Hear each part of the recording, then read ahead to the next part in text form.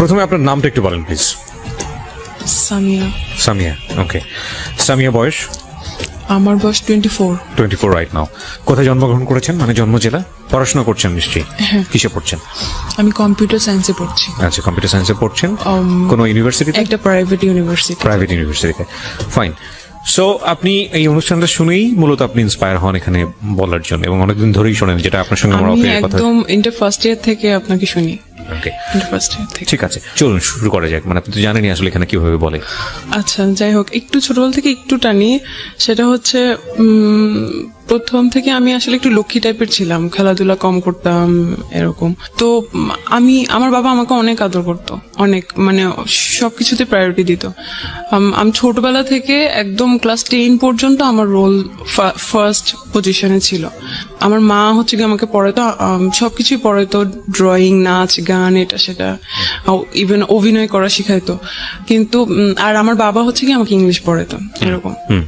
আমি school change করি, কারণ হচ্ছে কি গ্রামে ভালো সায়েন্স বা এটা সেটা থাকতো না, সায়েন্সের টিচার পাওয়া যেত না। তারপরে শহরের স্কুলে যাই।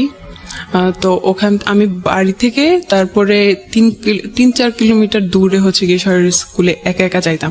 তো তখনই আমার বাবা আমাকে মোবাইল দিছিল। আচ্ছা আচ্ছা, ছোটবেলাতেই? হ্যাঁ, দিছিল, কারণ আমাকে অনেক বিশেষ করতো। আমার মোবাইলটার প্রয়োজনই ছিল, কারণ আপনি কোথায় আছেন, কি করছেন না করছেন, যাতে আমি জানাতে পারি স্কুলে গিয়ে যে আমি আসছি। আবার ওটার জন্য আমাকে একটা পকেটও বানিয়ে দেওয়া হয়েছিল আমার সালোয়ারের মধ্যে লুকায়া, যাতে আমি ওখানে লুকায় রাখতে পারি, কারণ ওটা অ্যালাউ ছিল না স্কুলে। আমার কোনো ফ্রেন্ড জানতো না, কেউ জানতো না, শুধু আমার মা বাবা জানতো। আর হচ্ছে গিয়ে এখন সায়েন্সের টিচার কিভাবে ইয়া করবে, সো অনেক দূর থেকে আরেকটা শহর, সাইডে আরেকটা শহরের স্কুল থেকে 2টা টিচার হচ্ছে গিয়ে আমার জন্য ইয়ে করছিল। তো ওই সময়টা, ওটা হচ্ছে 2011 সালে, ওই সময়টা এটা হচ্ছে গিয়ে অন্যান্য গ্রামের অন্যান্য পাড়া প্রতিবেশীরা দেখে এটা খুব ইয়ে হইতো, আল্লাহ এই মেয়েটাকে যে বিদ্যাসাগর বানাবে এরকম খুব ইয়ে করতো আর কি। সবাই অবাক হইতো, মেয়েকে এত পড়াশোনা করায় কি হবে, কি হবে, আপনাকে আমাদের গ্রামাঞ্চলের কথাবার্তা, সামাজিকতা জায়গাটা থেকে অনেক সময় বলা হয়। তখন থেকেই হচ্ছে গিয়ে বিয়ে শাদী। আমার বাবা খুব, আমার এত দূর পর্যন্ত আসার পেছনে আমার বাবা খুব চাইতো যে এটা সেটা হয়ে আছে। যাই হোক, তারপরে হচ্ছে গিয়ে আমার অনেক কষ্ট হয়ে যাইতো, আমি এসেই স্কুল থেকে এসেই সময় পাইতাম না। আর তারপর 10-15 মিনিট সময় পাইতাম হয়তো খাওয়ার জন্য, তারপরে আবার 2টা টিচার চলে আসতো, আবার ওখানে বসতে হইতো, মানে এভাবে আমি খুব টায়ার্ড হয়ে যেতাম। তো আমার বাবা চিন্তা করলো যে ওখানে বাসা নেই, ওই শহরে ওখানে বাসা নেই, তারপর ওখানে আসা যাওয়া ইয়ে হবে, আর ওখানে ব্যাচে তখন তো অনেক টিচার পাওয়া যাবে ওখানে। তো ওখানে চলে গেলাম ক্লাস 10 বছর। ওখানে থেকেই হচ্ছে গিয়ে ইয়ে করলাম, আমার রেজাল্ট আল্লাহর রহমতে অনেক ভালো হইলো। তারপরে হচ্ছে গিয়ে যে গ্যাপটা আমার এসএসসির পরে, যে গ্যাপটা, ওই সময় যে মোবাইলটা আমাকে দিছিল ওই মোবাইলটা আবার নিয়ে গেছিল, যখন আমি হচ্ছে গিয়ে শহরে যখন ছিলাম তখন হচ্ছে নিয়ে গেছিল, কারণ ওটা তো দরকার ছিল। হ্যাঁ, তখন আমি আমার মায়ের ফোন থেকেই লাগলে দরকার হলে ইউজ করতাম। তারপরে হচ্ছে গিয়ে আবার ওইটা আমাকে ব্যাগ দিছিল, ওই ফোনটা। তখন আমার নতুন ফোন, আমি তো সব যাদের ফোন ছিল সবাইকে নাম্বার দিছি, আমি ফোন কিনছি, এই তো সবার সাথে কথা বলতাম, অনেক গল্প করতাম। তো যাদের সাথে আমি আবার একটু লক্ষ্মী টাইপের ছিলাম, বাট হচ্ছে গিয়ে এটা আমার ফ্যামিলিতে সবাই জানতো লক্ষ্মী টাইপের ছিলাম, কিন্তু ক্লাসে আমার অন্যরকম একটা চেহারা ছিল। আমি সবার সাথে একটু ঝগড়া করতাম আর কি, না মেয়েদের সাথে না, কিন্তু ছেলেদের সাথে আমার ঝগড়া লাগতো বেশি। আর ছেলেরা বলছে সারাক্ষণ ক্লাসের মধ্যে কাজ করে এরকম। তো কিন্তু যে ছেলের সাথে ঝগড়া লাগতো বা যে ছেলেরা সাথে আমি কথা বলতাম না, তাদের সাথেও আমি কথা বলা শুরু করলাম। আমার ফোনে জিজ্ঞেস করতাম, তোরা কই ভর্তি হবি, কিসে ফর্ম তুলছস, এরকম আর কি। তারপরে হচ্ছে গিয়ে এরকম। তো একটা সময় একটা রং নাম্বারে কল আসে, আমাকে বলে যে আমাকে সে চিনে, আমার স্কুলেরই বড় ভাই, মানে আগের ব্যাচের 2010 ব্যাচ। সো আমি আচ্ছা ঠিক আছে, কোত্থেকে নাম্বার পাইলেন বললো, হাবিজাবি বললো আর কি, মানে বুলসুল, মানে কি আমার ভাইয়ের কাছ থেকে না কোথা থেকে নিচে এসে কি, যাই হোক আমি এখন মনে করতে পারতেছি না। তো আমি খুব মানে গল্পবাদ ছিলাম আর মানে খুব টকেটিভ ছিলাম আর মানে সেই রকম কথাবার্তা বলতাম। আমার মা তেমন মানা করতো না কারণ হচ্ছে গিয়ে আমি পড়ার সময় পড়তাম, সবকিছুই আমার ভালো ছিল, কিন্তু ভাবতো যে বাসায় আমার বাবা বাসায় কিন্তু আমাদের ছোটবেলা থেকে টিভি নেই। আমার বাবা বলতো যে টিভি দেখলে ছেলে মেয়েদের পড়াশোনা নষ্ট হয় আর ছেলে মেয়েরা নষ্ট হয়ে যায়। ইভেন আমার নানা বাড়িতে আমাদের কখনো যাইতে দিত না, খুব অন্যরকম ছিল। আচ্ছা যাই হোক, তো বাসায় টিভি নাই, কিছু নাই। আচ্ছা থাক, ছেলে মেয়েদের তার ক্লাসমেটদের সাথে গল্প করুক, আমি আমার মায়ের সাথেই গল্প করা শুরু করলাম, এটা সেটা অনেক কাহিনী। তারপরে হচ্ছে গিয়ে কোনো প্রেমের কথা বলতাম না, অনেক গল্প, মানে কি কোথা থেকে আসে মানে অন্যরকম এইরকম আর কি। তো কথা ওই ছেলেটা, আমি তো এমনিতেই অনেক অনেক গল্প করতাম, কিন্তু ওই ছেলেটা একটু বেশি মানে আরো বেশি কথা বলতে চাইতো। তো সবসময় তো আমার বাবা থাকতো বা আমি অন্যান্য কাজ করতাম, এরকম কথা বলা পসিবল হতো না। আচ্ছা যাই হোক, তারপর আমার বাবা আমাকে ঢাকায় পাঠিয়ে দিল আমার এইচএসসির জন্য, কারণ আমার সবসময় আমার বাবারও ইচ্ছা ছিল ঢাকায় পড়াশোনা করব, বেশি ভালো পড়াশোনা করব এরকম। তো ঢাকায় হোস্টেলে রাখে নাই কারণ আমি নষ্ট হয়ে যাব বা অন্য কিছু হতে পারে। তো তার বোনের বাসায় আমাকে রেখে দিল, ওখানে এসে বিশ্বাস করলো আর কি। তো ওখান থেকেই হচ্ছে আমার শুরু, মানে বাবা মা ছাড়া যেরকম মানে সব পেয়ে গেছি এরকম ফ্রিডম যেটাকে বলে। হ্যাঁ ফ্রিডম। ওরা, আমি আগে একটু বলি, ওরা আমার লোকাল গার্ডিয়ান, প্লাস ওরা আমাকে পড়াইতো, জানতো আমি অনেক ভালো স্টুডেন্ট। আর তাছাড়া আমি ক্লাস 7 থেকে 8 উঠার সময় আমি একবার আমার ফুফুর বাসায় 1.5 মাস ছিলাম। ওই 1.5 মাসে আমার ফুফাতো ভাই দেশে ছিল। আচ্ছা, সে এখন হচ্ছে গিয়ে বাইরে। তো আমার ফুফাতো ভাই, ফুফু, তারপর দুলা ভাইয়ের ভাই, উনিও আসতো এই বাসায়। সবাই মিলে একসাথে আমার ম্যাথ বই একদম, কেউ পাটিগণিত ধরতো, কেউ এই চ্যাপ্টার ধরতো, কেউ বীজগণিত ধরতো, কেউ জ্যামিতি ধরতো। একবার মানে ওই 1.5 মাসে আমার সব মানে কভার করে দিয়েছিল আর কি। তো যখন গেছি তখন আবার মানে পড়াশোনার জন্য অন্যরকম। তো 7 তারিখ, মেয়ের 7 তারিখ মেবি, আমার মনে পড়তেছে না, 2012 সালের আমার এসএসসি রেজাল্ট দিছিল। ওই দিনই হচ্ছে কি আমার ভাই দেশে আসছে বিয়ে করার জন্য। কোন ভাই? আমার ফুফাতো ভাই। যে ভাইটা আমার, যার বাসায় আপনি আছেন? হ্যাঁ, যে বাসায় আছি আর কি। তো হচ্ছে কি আমার রেজাল্ট দেখে এত খুশি হয়েছিল, মানে ওনারা সবাই আমাকে নিয়ে অনেক প্রাউড করতো। আর ওই মার্কশিটটা নিয়ে আমার সেই নতুন ভাবিকে দেখা, বলছে দেখো আমার বোন একদম সব সাবজেক্টে A+ পাইছে, শুধু একটুর জন্য ইস এরকম করতেছে, মানে উনি খুব এক্সাইটেড। যাই হোক, তো ওই ছেলেটার সাথে আমার কথা চলতেই আছে। ওই ছেলেটার একটা মানে আপনার স্কুলের সিনিয়র ভাই? হ্যাঁ। ওর নাম কি ছিল? তো ওর সাথে কথা চলতেছিল। ওর একটা সমস্যা হচ্ছে গিয়ে, ও, হ্যাঁ বুঝতাম, ও বেশি উইক হয়ে পড়তেছে। ও করতো কি, ও ফ্রি মিনিট কিন্তু, তারপরে হচ্ছে কি অনেক মেসেজ জমা হইতো, মিনিট দিয়ে তো কথা বলতো, কিন্তু মেসেজ তো আর পাঠানো হইতো না কাউকে। সো ওই 500 মেসেজ 600 মেসেজ, ওই সবগুলো মেসেজ ও একসাথে আমাকে পাঠিয়ে দিত।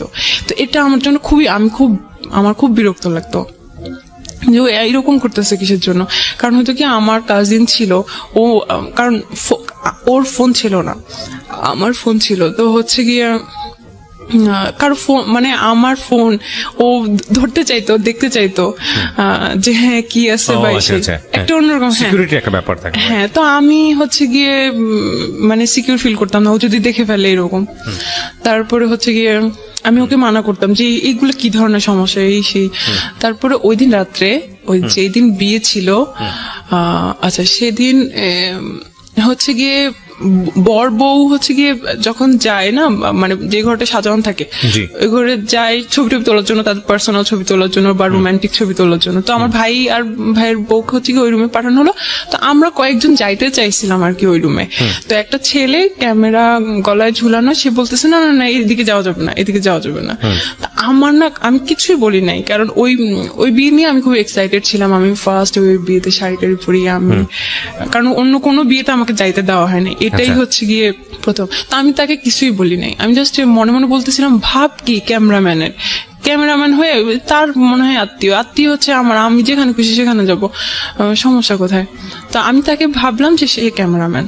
তারপরে হচ্ছে গিয়ে একটু কি ওই ছেলেটাকে আমি এই ফার্স্ট দেখি। তারপরে হচ্ছে এদিকে রাত্রে যখন আমি আসি ফোন চেক করি, তারপরে দেখি যে সেই নাসির আমাকে এতগুলা মেসেজ পাঠাইছে, সব লাভ কোয়েটস। তারপরে আমি ওকে বলতেছি যে কি সমস্যা কি, মানে আমি তো বলছি যে আমি আজকে বিজি থাকবো, কথা বলতে পারবো না, প্লাস এগুলো কি। তারপর ওই দিনও আমাকে বলে যে আমি আসলে রিলেশন করতে চাই তোমার সাথে, এটা এভাবে আর কি প্রপোজ করে। ওকে, তো তোমার কি মাথা নষ্ট, আমি তো তোমাকে এখনো দেখি নাই। কারণ আমার ভিতরে এরকম কিছুই ছিল না, আমি তো শুধু গল্পের তালেই আছি, মানে আমার ও ধরনের কোনো ফিলিংস ছিল না, প্রেম করবো বা এরকম কোনো ইন্টেনশন আমার ছিল না। আমি তোমাকে এখনো দেখি নাই, তুমি কিরকম না কি উল্টাপাল্টা না দেখা কি বলছো। আচ্ছা ঠিক আছে, তাহলে একটা কাজ করি, আমরা ছবি পাঠাই, তুমিও পাঠাবো আমি পাঠাবো এট এ টাইম। তো MMS এ আমরা ছবি পাঠাইলাম একসাথে। ওর ছবিটা আমি যখন দেখলাম ভাই আমার ভালো লাগে নাই, ও কালো ছিল আর চিকনা চাকনা শুকনা টুকনা ছিল। তো somehow আপনি ইমপ্রেস হননি। ওকে, হ্যাঁ, যাই হোক, তারপর হচ্ছে আমি বলতেছিলাম যে না আমি এই রিলেশন করবো না, আমার ভালো লাগতেছে না। তো বলছে আচ্ছা ঠিক আছে, তাহলে সরাসরি দেখা করি, তাহলে হয়তো কারণ আমার ছবিতে হয়তো ভালো দেখা যাচ্ছে না বা সেখানটা। তারপরে হচ্ছে গিয়ে কিন্তু কথা চলতেই আছে, কথা চলতেছে। তারপরে হচ্ছে গিয়ে একদিন দেখা করি, এমন একটা জায়গায় দেখা করি যে এই জায়গাটায় হচ্ছে গিয়ে আমার এই আত্মীয় ওই দিক দিয়ে হয়তো যাবে, ওই দিক দিয়ে যাবে, দেখতে পারবে, আমার কলেজেরই পাশে। তো আমি হচ্ছে গিয়ে মানে হাঁটতে হাঁটতে কথা বলি আর কি তার সাথে। তো তখনও আমার ভালো লাগে না। তার সাথে তার একটা মামা আসছিল, তার মামাকে মামা বলতে কি মানে ফ্রেন্ড টাইপের মামা থাকে না, ইয়াং মামা আর কি। তারপরে হচ্ছে কি আমার ওর থেকে ওর মামাকেই বেশি পছন্দ হয়েছে। আমি যে না দরকার নাই। তো আমি এই জিনিসটা হচ্ছে গিয়ে ততদিনে আমার ফ্রেন্ড হয়ে গেছে আমার কলেজে, আমি আমার ওই ফ্রেন্ডের কাছে শেয়ার করছি যে এই অবস্থা, কি করব। বলতেছে আচ্ছা একটা প্ল্যান করি। তো ও তো আসলে আমার এই জিনিস ছিল, ওর মাথায় আর কিরকম একটা বুদ্ধি আসবে। ও আমাকে বলতেছে যে আচ্ছা ওই ছেলেটাকে বল যে তুই কয়েকদিন পর মারা যাবে, তুই অসুস্থ, হ্যান ত্যান। তো আমিও ওইটাই বলছি। বলার পরে হচ্ছে গিয়ে আমি চাই না বিশ্বাস করছে না বিশ্বাস করে নাই আমি চাই না। ও আমাকে বলছে আচ্ছা ঠিক আছে, তুমি যতদিন বাঁচো ততদিনই আমি থাকবো, ততদিন আমি ইগনোর করি আর কি ওকে, ভালো লাগে না আমি ইগনোর করি। তারপরে হচ্ছে গিয়ে তারপর মেসেজ দিয়ে যায় অনেক ইমোশনাল এটা সেটা। তারপরে হচ্ছে আমি ওকে ও যখন ফোন দেয় তখন আমি আমার ওই বান্ধবীকে কনফারেন্সে রাখি, আমরা ইচ্ছা মতো তাকে গালি দেই আর মানে খুব ইনসাল্ট করি যে তুই হোয়াটএভার দ্য সিচুয়েশন ইজ। আপনারা চাচ্ছিলেন যে পুরোপুরি ওকে অ্যাভয়েড করতে, কিন্তু ও ততই আপনাদের বেশি অনেক বেশি। হ্যাঁ, ওকে, তারপর কি হলো? আমি ওর বান্ধবীকে দিয়ে ওকে অনেক মানে অনেক কিছু বলছি, কালো এই সেই হ্যান ত্যান, তো লজ্জা লাগে না এই সেই এগুলো আর কি। তারপর অনেক কষ্ট পাইছে, কয়েকদিন বন্ধ থাকে, আবার কয়েকদিন পর পর কল দেয়। ততদিনে হচ্ছে আমি আমার এমনি আমার যে বান্ধবী তার ফ্রেন্ডদের সাথে আমার ফ্রেন্ডশিপ হয়ে গেছে, তার কিছু ছেলে ফ্রেন্ড আছে ওদের সাথেও আমার ফ্রেন্ডশিপ হয়ে গেছে, অনেক ভালো ফ্রেন্ডশিপ। আমরা ঘুরতে যাই, ওর বার্থডে থাকে আমার বার্থডে থাকে, ওই বার্থডেতে ঘোরাফেরা করি, ইভেন আমি তাদের সাথে কথা বলি। এটা কিন্তু আমার ফ্যামিলিতে আমার ফুফু জানে, দেখে আমি কথা বলি এসে। তো আমার ফুফু হচ্ছে এগুলো পছন্দ করে না, ছেলেদের সাথে এত কথা কিসের এসে, বুঝতেই পারতেছেন আমি এত কথা কিসের এসে। তো আমি হচ্ছে গিয়ে মাঝে মাঝে মনে মনে বলি আশ্চর্য, ছেলে ফ্রেন্ড তো থাকতেই পারে, সমস্যা কি সেই। কিন্তু তখন আপনি ইন্টারে ভর্তি হননি? ইন্টার ফার্স্ট ইয়ার আমি পড়ছেন। ওকে, তারপরে হচ্ছে গিয়ে এই তো কয়েকদিন পরে 3-4 মাস পরে যখন আমার ভাইয়ের বিয়ের 4-5 মাস পরে, হ্যাঁ, প্রায় যাই, 3 তলা যাই, আমার ভাবির সাথে গল্প করি, অনেক গল্প করি। তারপরে একদিন গেলাম 4-6 মাস পরে, একদিন যে দেখি ওই ক্যামেরাম্যানটা বসে বসে এরকম করে ফোন চাপতেছে। তো আমি বলছি আল্লাহ, ও এখানে কি? আমি ভাবিকে জিজ্ঞেস করছি ভাবি ও এখানে কি করে? তো বলতেছে ও তো আমার ভাই। ও আচ্ছা, ভাই মানে কি আপন ভাই? তার আপন ভাই। ওকে, আমি বলতেছি যে ও তার আপন ভাই, কিন্তু আপনি যে ফুফু যে একটা ছবি দেখালো বাড়িতে নিয়ে গেল, ওইটা কে ছিল? বলছে ওটা আমার খালাতো ভাই ছিল। আচ্ছা, এটা হচ্ছে আমার আপন ভাই। আমি ও আচ্ছা, এর নাম হচ্ছে গিয়ে সজীব। তারপরে হচ্ছে গিয়ে আচ্ছা বুঝলাম, এই চিনলাম আর কি। তারপরে আমি আমার মতো করে কলেজ করতেছি, ফ্রেন্ডদের সাথে ঘোরাঘুরি করতেছি, আড্ডা দিতেছি, পড়াশোনা করতেছি, সব আমার মতো করেই চলতেছে। মাঝে মাঝে ফুফু বকা দেয়, এটা সেটা আছে, যাই হোক। তো কয়েকদিন পরে, আরো 4-5 মাস পরে আমাদের হচ্ছে গিয়ে দাওয়াত থাকে ভাবির বাসা থেকে। দাওয়াত থেকে আমাদের সবাইকে দাওয়াত দিছে। সেদিন আমার হচ্ছে গিয়ে কোচিং থাকে, ব্যাচ থাকে 3টার দিকে। তো এমন সময় ওরা যাবে, ওরা আগেই বের হয়ে যাবে। তো আমি হচ্ছে গিয়ে বলছি যে আমি চাইতে পারবো না, আমি কোচিং থেকে তাহলে যাবো। বলছে আচ্ছা ঠিক আছে, তাহলে তুই কোচিং থেকে যাস, আমরা সবাই বাসা থেকে বের হই, কারণ বাসায় তো কেউ থাকবে না। তারপর সবাই ভাবির বাসায় চলে গেল, আমি কোচিং এ চলে গেলাম। আমি কোচিং থেকে যে এখন যাব, আমি এখন লোকেশন চিনতেছি না, কারণ আমি তো একা একা যাইতেছি। তারপরে হচ্ছে গিয়ে আমি ফোন দিলাম ভাবিকে যে কোথায় এটা। ফোন ধরছে সেই সজীব ভাইয়া। ফোন ধরার পরে আমি বলতেছি ভাইয়া জায়গাটা কোথায়, আমি তো একা আসতেছি, আমি চিনছি না। তো বলতেছি যে এখানে আসেন, এই জায়গায় তো আমি গেলাম, নর্মাল কথাবার্তা। তারপরে হচ্ছে গিয়ে ঘুরলাম ফিরলাম, আচ্ছা যাই হোক। এর ফাঁকে কয়েকদিন পরে আমার ইন্টার ফার্স্ট ইয়ার ফাইনাল পরীক্ষা দিলাম। দেওয়ার পরে আমি চিন্তা করলাম যে আমি এখানে আসলে পড়াশোনা করতে পারতেছি না। আমার 2টা ভাগ্নি আছে না, ওরা অনেক ফ্রেন্ডলি, ডিস্টার্ব তেমন না, মানে আমি ফিল করতেছিলাম আর কি যে ডিস্টার্ব হচ্ছে বা আমি ভালোভাবে পড়াশোনা করতে পারতেছি না। তো আমার বাবা চিন্তা করলো যে আচ্ছা ঠিক আছে, যে যদি রেজাল্ট ভালো না করে তাহলে ঢাকায় এত কষ্ট করে টাকা পয়সা খরচ করে কি। তো আমার বাবা কি করছে, আমার জন্য একটা বাসা নিছে। আবার বাসা নিছে, ওখানে হচ্ছে গিয়ে আমার মা কয়েকদিন পর পরে আসে, অল্টারনেট করে, কয়েকদিন আমার মা আসে, কয়েকদিন আমার বাবা আসে, কারণ বাসায় তো আরো আমার ভাই বোনরা আছে, ওদের পড়াশোনা আছে। তারপরে আপনাকে একা বাসায় দিল বাড়িওয়ালা? হ্যাঁ, আমার বাবা মা তো যায়। ও আচ্ছা, মানে অল্টারনেট করে, হ্যাঁ ফ্যামিলি বাসা। তারপরে হচ্ছে গিয়ে যদি আমার বাবা মা না যেতে পারে, আমার বড় একটা আপুকে পাঠিয়ে দেয়, মানে অল্টারনেট করে কেউ থাকে। আর সব সময় থাকার জন্য আমাদের একটা এখন কাজের মেয়ে বলবো না, কারণ ও আমাদের বোনের মতো হয়ে গেছে, একদম ছোটবেলা থেকে ওকে সাপোর্ট করতে আপনাকে। তো ওকে পাঠিয়ে দিছে, কারণ যাতে খাওয়া দাওয়া, জামা কাপড় ধোয়া, এভরিথিং যাতে ও করে, আমি যাতে শুধু পড়াশোনা করতে পারি। আমার হচ্ছে টেস্ট পরীক্ষার কিছুদিন আগে হচ্ছে কি আমি ফেসবুক আইডি খুলি, মানে ওর সাথে কথা হয়, একটু কথা হয়, বেশি একটা কথা বলি না। আমি ওকে বুঝাই যে না এটা হবে না, আমি পারবো না। তার বলছে আচ্ছা ঠিক আছে, আমি তোমার সাথে একটু কথা বলি। মানে ও অনেক হেল্পলেস ছিল। আচ্ছা যাই হোক, হেল্পলেস বলতে ও অনেক ইমোশনাল ছিল, কিন্তু কিছু করতে পারতেছে না বলে অ্যাটলিস্ট চাইতো যে অ্যাটলিস্ট তাহলে কথা বলি, এরকম। যাই হোক, তারপরে আমি ফেসবুক আইডি খোলার পর তো এখন আরো খুশি। হ্যাঁ, ফেসবুকে আমার একে তাকে হচ্ছে কি অ্যাড করা শুরু করছি। দেন আমি ভাবিকে বলে আমার ফেসবুক আইডি খুলছি, রিকোয়েস্ট দিছে আপনি ইয়া করেন। ইভেন ভাবির আইডি থেকে আমি কেউ রিকোয়েস্ট পাঠাইছি, বলতেছে যে কে রিকোয়েস্ট পাঠানোর পরে আমি বলছি যে এরকম আমি আপনার আপুর ননদ। তো বলছে আচ্ছা ঠিক আছে, একটু কি কথা হয়েছে। তারপরে আমার রেজাল্ট দিল, আলহামদুলিল্লাহ ভালো। আমি মেডিকেলের জন্য প্রিপারেশন নিতে থাকলাম। ওই সময় আমি ফেসবুকে ছবি টবি আপলোড করি, কমেন্টে উনি একটু কমেন্ট করে, কমেন্টে কথা হয়, এমন টাইপের কমেন্ট করে যেটাতে আমার অ্যান্সার দিতে হবে, মানে আমিও যাতে রিপ্লাই দেই, এরকম টাইপের। তো উনি অনেক ভালো বাংলা জানে। আচ্ছা, উনার বাংলা মানে বুঝতে গেলে আমাকে সারাদিন লাগতো উনার অ্যান্সার তৈরি করতে, তারপর আমি একটা অ্যান্সার দিতাম এমন। তারপর আপনার ভাবির ভাই, তাকে আমার অনেক ভালো লাগতো বলতে উনি খুব পার্সোনাল, মানে আপনার কাছে মনে হচ্ছে পার্সোনালিটি সম্পন্ন একজন মানুষ। হ্যাঁ, ওকে। বাসার সবাই উনাকে অনেক ভালো জানতো। তো কিন্তু আমি ভাইয়া হিসেবে দেখতাম, ওগুলো আমার মাথায় ছিল না। তারপরে টুকটাক কথা হয়, এখন কথা আস্তে আস্তে বাড়তেছে, প্রতিদিনই কথা হয়, কিন্তু 1-2টা মেসেজ এরকম আর কি, প্রতিদিন কথা। জি। তারপরে হচ্ছে একদিন সে আমাকে বলে আপনার ফোন নাম্বারটা দিয়েন।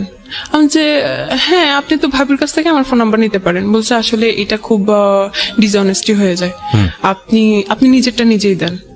আমি যে এত ঢং করার তো কিছু নেই, আচ্ছা ঠিক আছে নেন, আমার তো কোনো সমস্যা নেই। তারপর সেদিন আমাকে একটা জাস্ট মিস কল দেয়, এই ফার্স্ট উনি আমাকে আমার ফোনে মিস কল দেয়। ওকে, একটা চলেন দেখা করি। আমি যে হ্যাঁ, আপনি বাসায় আসেন, বাসায় আসলে তো আমাকে দেখতে পারবেন, কথা হবে। বলছে সব কথা কি আর বাসায় বলা যায় সবার সামনে? Okay. তো তখন আমি বুঝলাম যে উনি ফ্লার্টিং করতেছে। তারপরে মাঝে মাঝে উনি বলতো যে আমার এই জিনিসগুলো ভালো লাগে না, ওই জিনিসগুলো ভালো লাগে না। আমি মাঝে মাঝে বলতাম উনি এত লাইকস ডিসলাইকস বলার তো দরকার নেই আমাকে। তারপর হচ্ছে গিয়ে বলতো যে বহুগামিতা, একটা মেয়ে যে অনেকজনের সাথে রিলেশন করে এট এ টাইম, এই জিনিস ওনার পছন্দ না, এগুলা বলতো। তো আমি হ্যাঁ এগুলা তো আসলে চিটিং, এগুলো আমারও পছন্দ না। উনিও কিন্তু জানতো, উনিও দেখতো যে আমি আসলে কথা বলি, আমার অনেক ফ্রেন্ড সার্কেল আছে। আচ্ছা। একদিন আমি আমার কাজে যাই, আমি তখন হচ্ছে কি ভার্সিটি কোচিং করতেছি, শেষ পর্যায়ে আর কি, আমি মেডিকেলে চান্স পাই না তেন। তো উনি একদিন আমি বাইরে যাই আমার কোচিং এর কাজে, তখন আমাকে সেকেন্ড কল করে, আচ্ছা। বলছে আপনি কোথায়?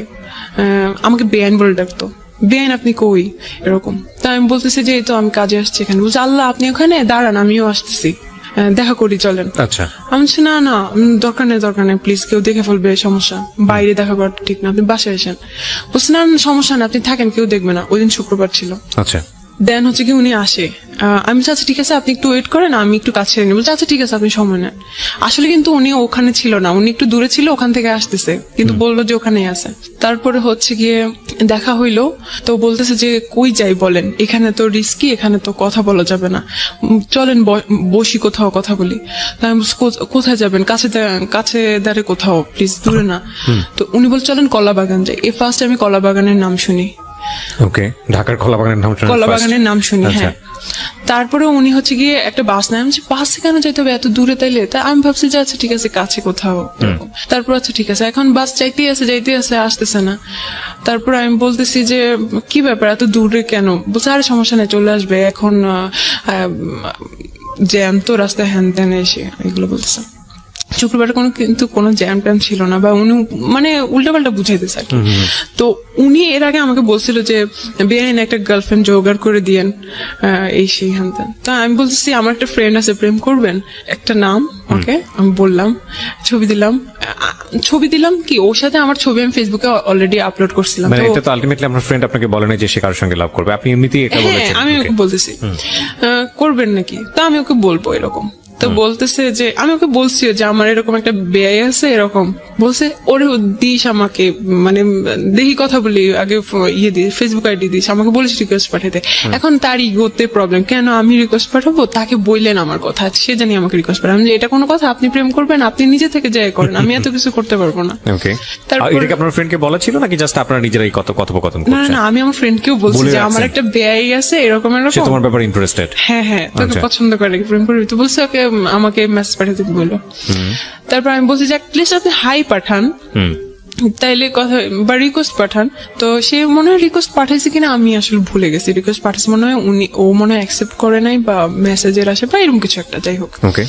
তারপরে হচ্ছে গিয়ে তো যখন বাসে আমরা পাশাপাশি বসে আছি, তখন হচ্ছে গিয়ে বলছে আপনার সেই ফ্রেন্ডটাকে আবার দেখি। তো আমি হচ্ছে কি মোবাইল নিয়ে এভাবে দেখাইতেছি আর কি, দেখেন সে কি করতেছে, মোবাইলটা কেমন যেন একটু হাতাহাতি, আমার মোবাইল টেনে নিয়ে উনি আরো ছবিগুলা চেক করতেছে। আমি বলছি ভাই এটা কি ধরনের, আপনি আমার হাতে থাকুক, আপনি এভাবে দেখেন।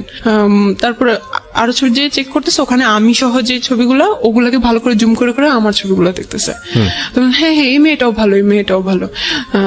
তারপরে হচ্ছে গিয়ে আমি বলছি দেখেন ভালো লাগতেছে না, আপনি ফোন দেন, বলে নিয়ে গেছি আমি, এরকম। যাই হোক, তারপরে ওখানে নামছি, নেমে দেখি এটা হচ্ছে ধানমন্ডি লেক আমি চিনি, ওটাকে রবীন্দ্র সরোবর বলে। আমি আমার মামা আর মামার গার্লফ্রেন্ডের সাথে ওখানে গেছিলাম।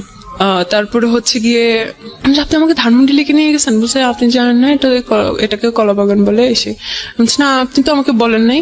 তারপর আচ্ছা যাই হোক, বলছে আচ্ছা ঠিক আছে একটু থাকি তারপর চলে যাবো। আমি আপনি আমাকে এত দূরে নিয়ে আসছেন, আমাকে এখনই যাইতে হবে, এরকম আমি করতেছি। তারপর হচ্ছে গিয়ে ওখানে আমরা 10-15 মিনিট বসি। ওখানে যে বসি, আমার মুখে মুখোশ দেওয়া ছিল, তো উনি বলছে আমি এরকম মুখ না দেখে কথা বলতে পারি না। উনি খুব কেমন যেন, মুখোশ না বলে নিকাব বলি। হ্যাঁ নিকাব ছিল। মুখোশ সাউন্ড ব্যাড। তারপরে হচ্ছে গিয়ে বলছে আমি এভাবে না দেখে কথা বলতে পারি না। আমি আপনার সমস্যা কি, আপনি এরকম করতেছেন কেন, এরকম হাতাহাতি করতেছেন কেন, আমার কাঁধের উপর হাত দিতেছে। আমি সমস্যা কি, আপনি ওনার সাথে বয়সের ডিফারেন্স কত ছিল আপনার? ওনার সাথে বয়সের ডিফারেন্স হচ্ছে আমার 4 বছরের ছিল, কিন্তু একাডেমিক ভাবে ওনার বয়সের আমার সাথে ছিল 6 বছরের। ওকে। তারপরে হচ্ছে গিয়ে যে ভাই আপনি এরকম করতেছেন কিসের জন্য। তারপর উনি মনে কিছু বলতে চাচ্ছে কিন্তু কিছুই বলতেছে না, ওনার অ্যাটিটিউড গুলো আমার ভালো লাগতেছে না। আমি খুব করি, আপনি এখন যাবেন, আমার দেরি হয়ে যাইতেছে, ফুপু বকা দিবে। তারপরে হচ্ছে কি উনি একটা সিএনজি নেয়, সিএনজিতে করে আমরা যাচ্ছি, যাওয়ার সময় এখন সিএনজিতে সে আমার হাত ধরে, শক্ত করে ধরে রাখে। আমি এখন হাত ছোড়াছুড়ি করতেছি যে আপনি ছাড়েন, এমন করতেছেন কেন, আমার ভালো লাগতেছে না। তো বলছে আমার দিকে তাকাও। ওই ফার্স্ট উনি আমাকে তুমি করে বলছে, এর আগে কিন্তু আপনি আপনি করে বলতো। তারপরে হচ্ছে গিয়ে আমার দিকে তাকাও বলে হচ্ছে গিয়ে আমার হাত ওনার বুকের উপর রেখে বলতেছে, কিছুই বলতেছে না, বলতেছে ওনার দিকে তাকাইতে। আমি তাকাই দেখি যে ওনার চোখ অনেক লাল হয়ে আছে, মানে একটু পানি পানি হয়ে আছে। সিএনজিওয়ালা তখন কি করছিল? ড্রাইভ করছিল না পিছনে? হ্যাঁ, সিএনজিওয়ালা তো ড্রাইভ করতেছিল, এটা পিছনেই আর কি। তো আমি একটা কথা বলি, আমরা এই সবসময় তৃতীয় পক্ষ অস্বীকার করি, মানে খুব বিশেষ বিশেষ কিছু মোমেন্ট ঘটে যায় আমাদের লাইফে, প্রত্যেকের জীবনে হয়তো বা এই বিষয়গুলো আছে কম বেশি, রিক্সা এবং হচ্ছে সিএনজি, এবং আমরা সবসময় থার্ড পার্টি যেটা থাকে, যিনি রিক্সা চালাচ্ছেন কিংবা যিনি সিএনজি ড্রাইভ করছেন তাকে অস্বীকার করি এবং মনে করি যে ও কিছুই বোঝে না, ও কিছুই জানে না, ও এসবের একেবারে ইনভলভ না। কিন্তু আমার কাছে মনে হয় যে ও সব বিষয়গুলো খেয়াল করে। তো এটা আসলে এরকম সিনারি আমার কাছে মনে হয় যে ওই যে বলা হয় না, আমরা ছোটবেলায় দেখতাম যে গাড়িতে ওঠার পরে যে চালকের সঙ্গে কথা বলবেন না। কথা কেন বলবো না? কারণ এটা কথা বললে তার কনসেন্ট্রেশন নষ্ট হতে পারে, এটা অ্যাক্সিডেন্ট ঘটে যেতে পারে। তো আমার কাছে কেন জানি মনে হয় এইরকম সিচুয়েশন সিএনজি কিংবা রিক্সাতে ঘটানো, এটা কথা বলার চাইতেও ভয়ঙ্কর রকমের দুর্ঘটনার মুখোমুখি আমরা হয়ে যেতে পারি, কারণ তখন ফুল কনসেন্ট্রেশনটা তার পিছন দিকে চলে আসে। সো এগুলো না করাটাই বেটার। ওকে, যাই হোক, বলেন তারপর হচ্ছে গিয়ে তো আমি বুঝলাম যে আসলে উনি রিলেশন করতে চাচ্ছে বা উনি আমাকে পছন্দ করে এরকম কিছু, বাট উনি কিন্তু এরকম মুখে কিছুই বলে নাই, শুধু চোখ লাল এটা দেখাচ্ছে। হ্যাঁ, আমি নিজেই সব বুঝে নিছি এরকম একটা অবস্থা। তা আমি জাস্ট ওনাকে একটাই কোশ্চেন করছি যে এটা কিভাবে সম্ভব, আপনি কি পাগল হয়ে গেছেন, এটা কিভাবে সম্ভব, আমাকে তো মেরে ফেলবে, সিডর হয়ে যাবে, ঘূর্ণিঝড় হয়ে যাবে বাসায়। তারপর বলতেছে আমি সবকিছু ম্যানেজ করবো। আমি বলতেছি কি ম্যানেজ করবেন আপনি? বলছে আমার ফ্যামিলির কেউ তোমাকে কিছু বলবে না, কারণ সবাই উনাকে অনেক প্রায়োরিটি দেয়, উনি একমাত্র ছেলে। আচ্ছা, ওভার কনফিডেন্ট। হ্যাঁ। তারপরে হচ্ছে গিয়ে আমি বলছি আপনার ফ্যামিলি আপনি রাখেন আপনার কাছে, কিন্তু আমার ফ্যামিলি তো জীবনও মানবে না। বলছে আমি ওটাও ম্যানেজ করব একদিন। আচ্ছা। তারপরে হচ্ছে কি এভাবেই চলতে থাকলো। আমি বাসায় গেলাম, বাসায় গিয়ে আমি চিন্তা করতেছি যে আসলে আমি কি করব, কি করতেছি। উনি কিন্তু দেখতে অতটা সুন্দর না, বাট উনার কথাবার্তা, উনার কথার স্টাইল, তারপর অনেক যুক্তি সহকারে কথা বলতো। আপনি ওনার পার্সোনালিটি আপনার ভালো লাগতো? আমার খুবই ভালো লাগতো। বাসে যে আমি চিন্তা করলাম উনি হয়তো আমার রিলেটিভ, উনি আমাকে ধোকা দিবে না, কারণ আমি ততদিনে বুঝে গেছি ঢাকায় কি হচ্ছে না হচ্ছে, রিলেশন মানে কি ভাই, কয়েকদিন নিয়ে করে টাইম পাস করে চলে যায় সে। উনি আমাকে হয়তো ধোকা দিবে না, ওনার কাছে আমার প্রায়োরিটি থাকবে, ছেড়ে যাবে না। এই তাছাড়া উনি, ওনার সাথে আমার বয়সে ভালোই ডিফারেন্স আছে, উনি ভালোভাবে স্টাবলিশ হতে পারবে, হয়তো আমি ভালো থাকবো। এই চিন্তা করে আমি শুরু হইলো রিলেশন। মানে আপনি ওকে করলেন ফাইনালি? ঠিক আছে, ঠিক আছে, আমার দিক থেকে ওকে। তখন আপনি ইন্টার সেকেন্ড ইয়ারে পড়ছেন না ফার্স্ট ইয়ারে? তখন হচ্ছে গিয়ে ইন্টারমিডিয়েট শেষ, আমি ভার্সিটিতে ভর্তি হব আর কি নভেম্বর। মানে অ্যাডমিশন টেস্টের জন্য প্রিপারেশন নিচ্ছেন ওই সময়টাতে? হ্যাঁ, পরের দিনই আমরা ঘুরতে যাই কোথাও। আমি তখনও বুঝে উঠতে পারি নাই জিনিসটা কি, একটা পাবলিক প্লেসে একটা পার্ক, বাট রাস্তা আর কি ভিতরের দিকে না, রাস্তার দিকে মানুষ যাওয়া আসা করতেছে, অনেকে জগিং করতেছে, এই সেই। ওই জায়গায় সে আমাকে টান দিয়ে ধরে হচ্ছে গিয়ে ফার্স্ট কিস করে। আমি খুব শকড হই, মানে আমি খুবই লজ্জা পাই, আমার হাত পা তখন কাঁপতে থাকে, খুবই অবস্থা খারাপ, কারণ আমি তখনও ভাইয়া ডাকি, আমি 3 মাস পর্যন্ত ভাইয়াই ডাকতেছিলাম। Basically he was super fast, এবং আপনার জায়গা থেকে আপনি একদম, হ্যাঁ, আমি খুব মানে শক হই আর কি। যাই হোক, ফার্স্ট থেকে আমি দেখছিলাম উনি খুব অন্যদিকে আর কি। তো আমি ভাবছি, উনি বলতো যে ইন্টেন্স গুলো ভালো লাগতো না, কিন্তু তারপর দিকে আমি চিন্তা করতাম আচ্ছা ঠিক আছে, সে তো আমার বয়ফ্রেন্ড, বা আচ্ছা ঠিক আছে, আমি পরে এটাকে আবার ইজি ভাবে নিতাম, কিন্তু ফার্স্ট ভালো লাগতো না। পরে তারপরে হচ্ছে গিয়ে কথাবার্তা হয়, সবই ভালো, ঠিক আছে। 2 মাস পরে সে না অন্যদিকে কথাবার্তা বলে, অন্য কিছু চায় আর কি। তো আমি বলতেছি ঠিক আছে, আপনি তাহলে আমাকে বিয়ে করেন। তো বলতেছে যে বিয়ে জিনিসটা কি? বিয়ে কি মানে? বলতেছে যে আমি যদি বলি হ্যাঁ, তুমি যদি রাজি থাকো, তাহলে এটাই বিয়ে, এটাই। এটা কোনো কথা, কোনো লিগেল কিছু নেই। সেই বলছে লিগেল কি, ওটা জাস্ট আ পেপারস। তুমি তোমার বাবা মায়ের কাবিননামা দেখছো কখনো? তার মানে কি তারা লিগেল না?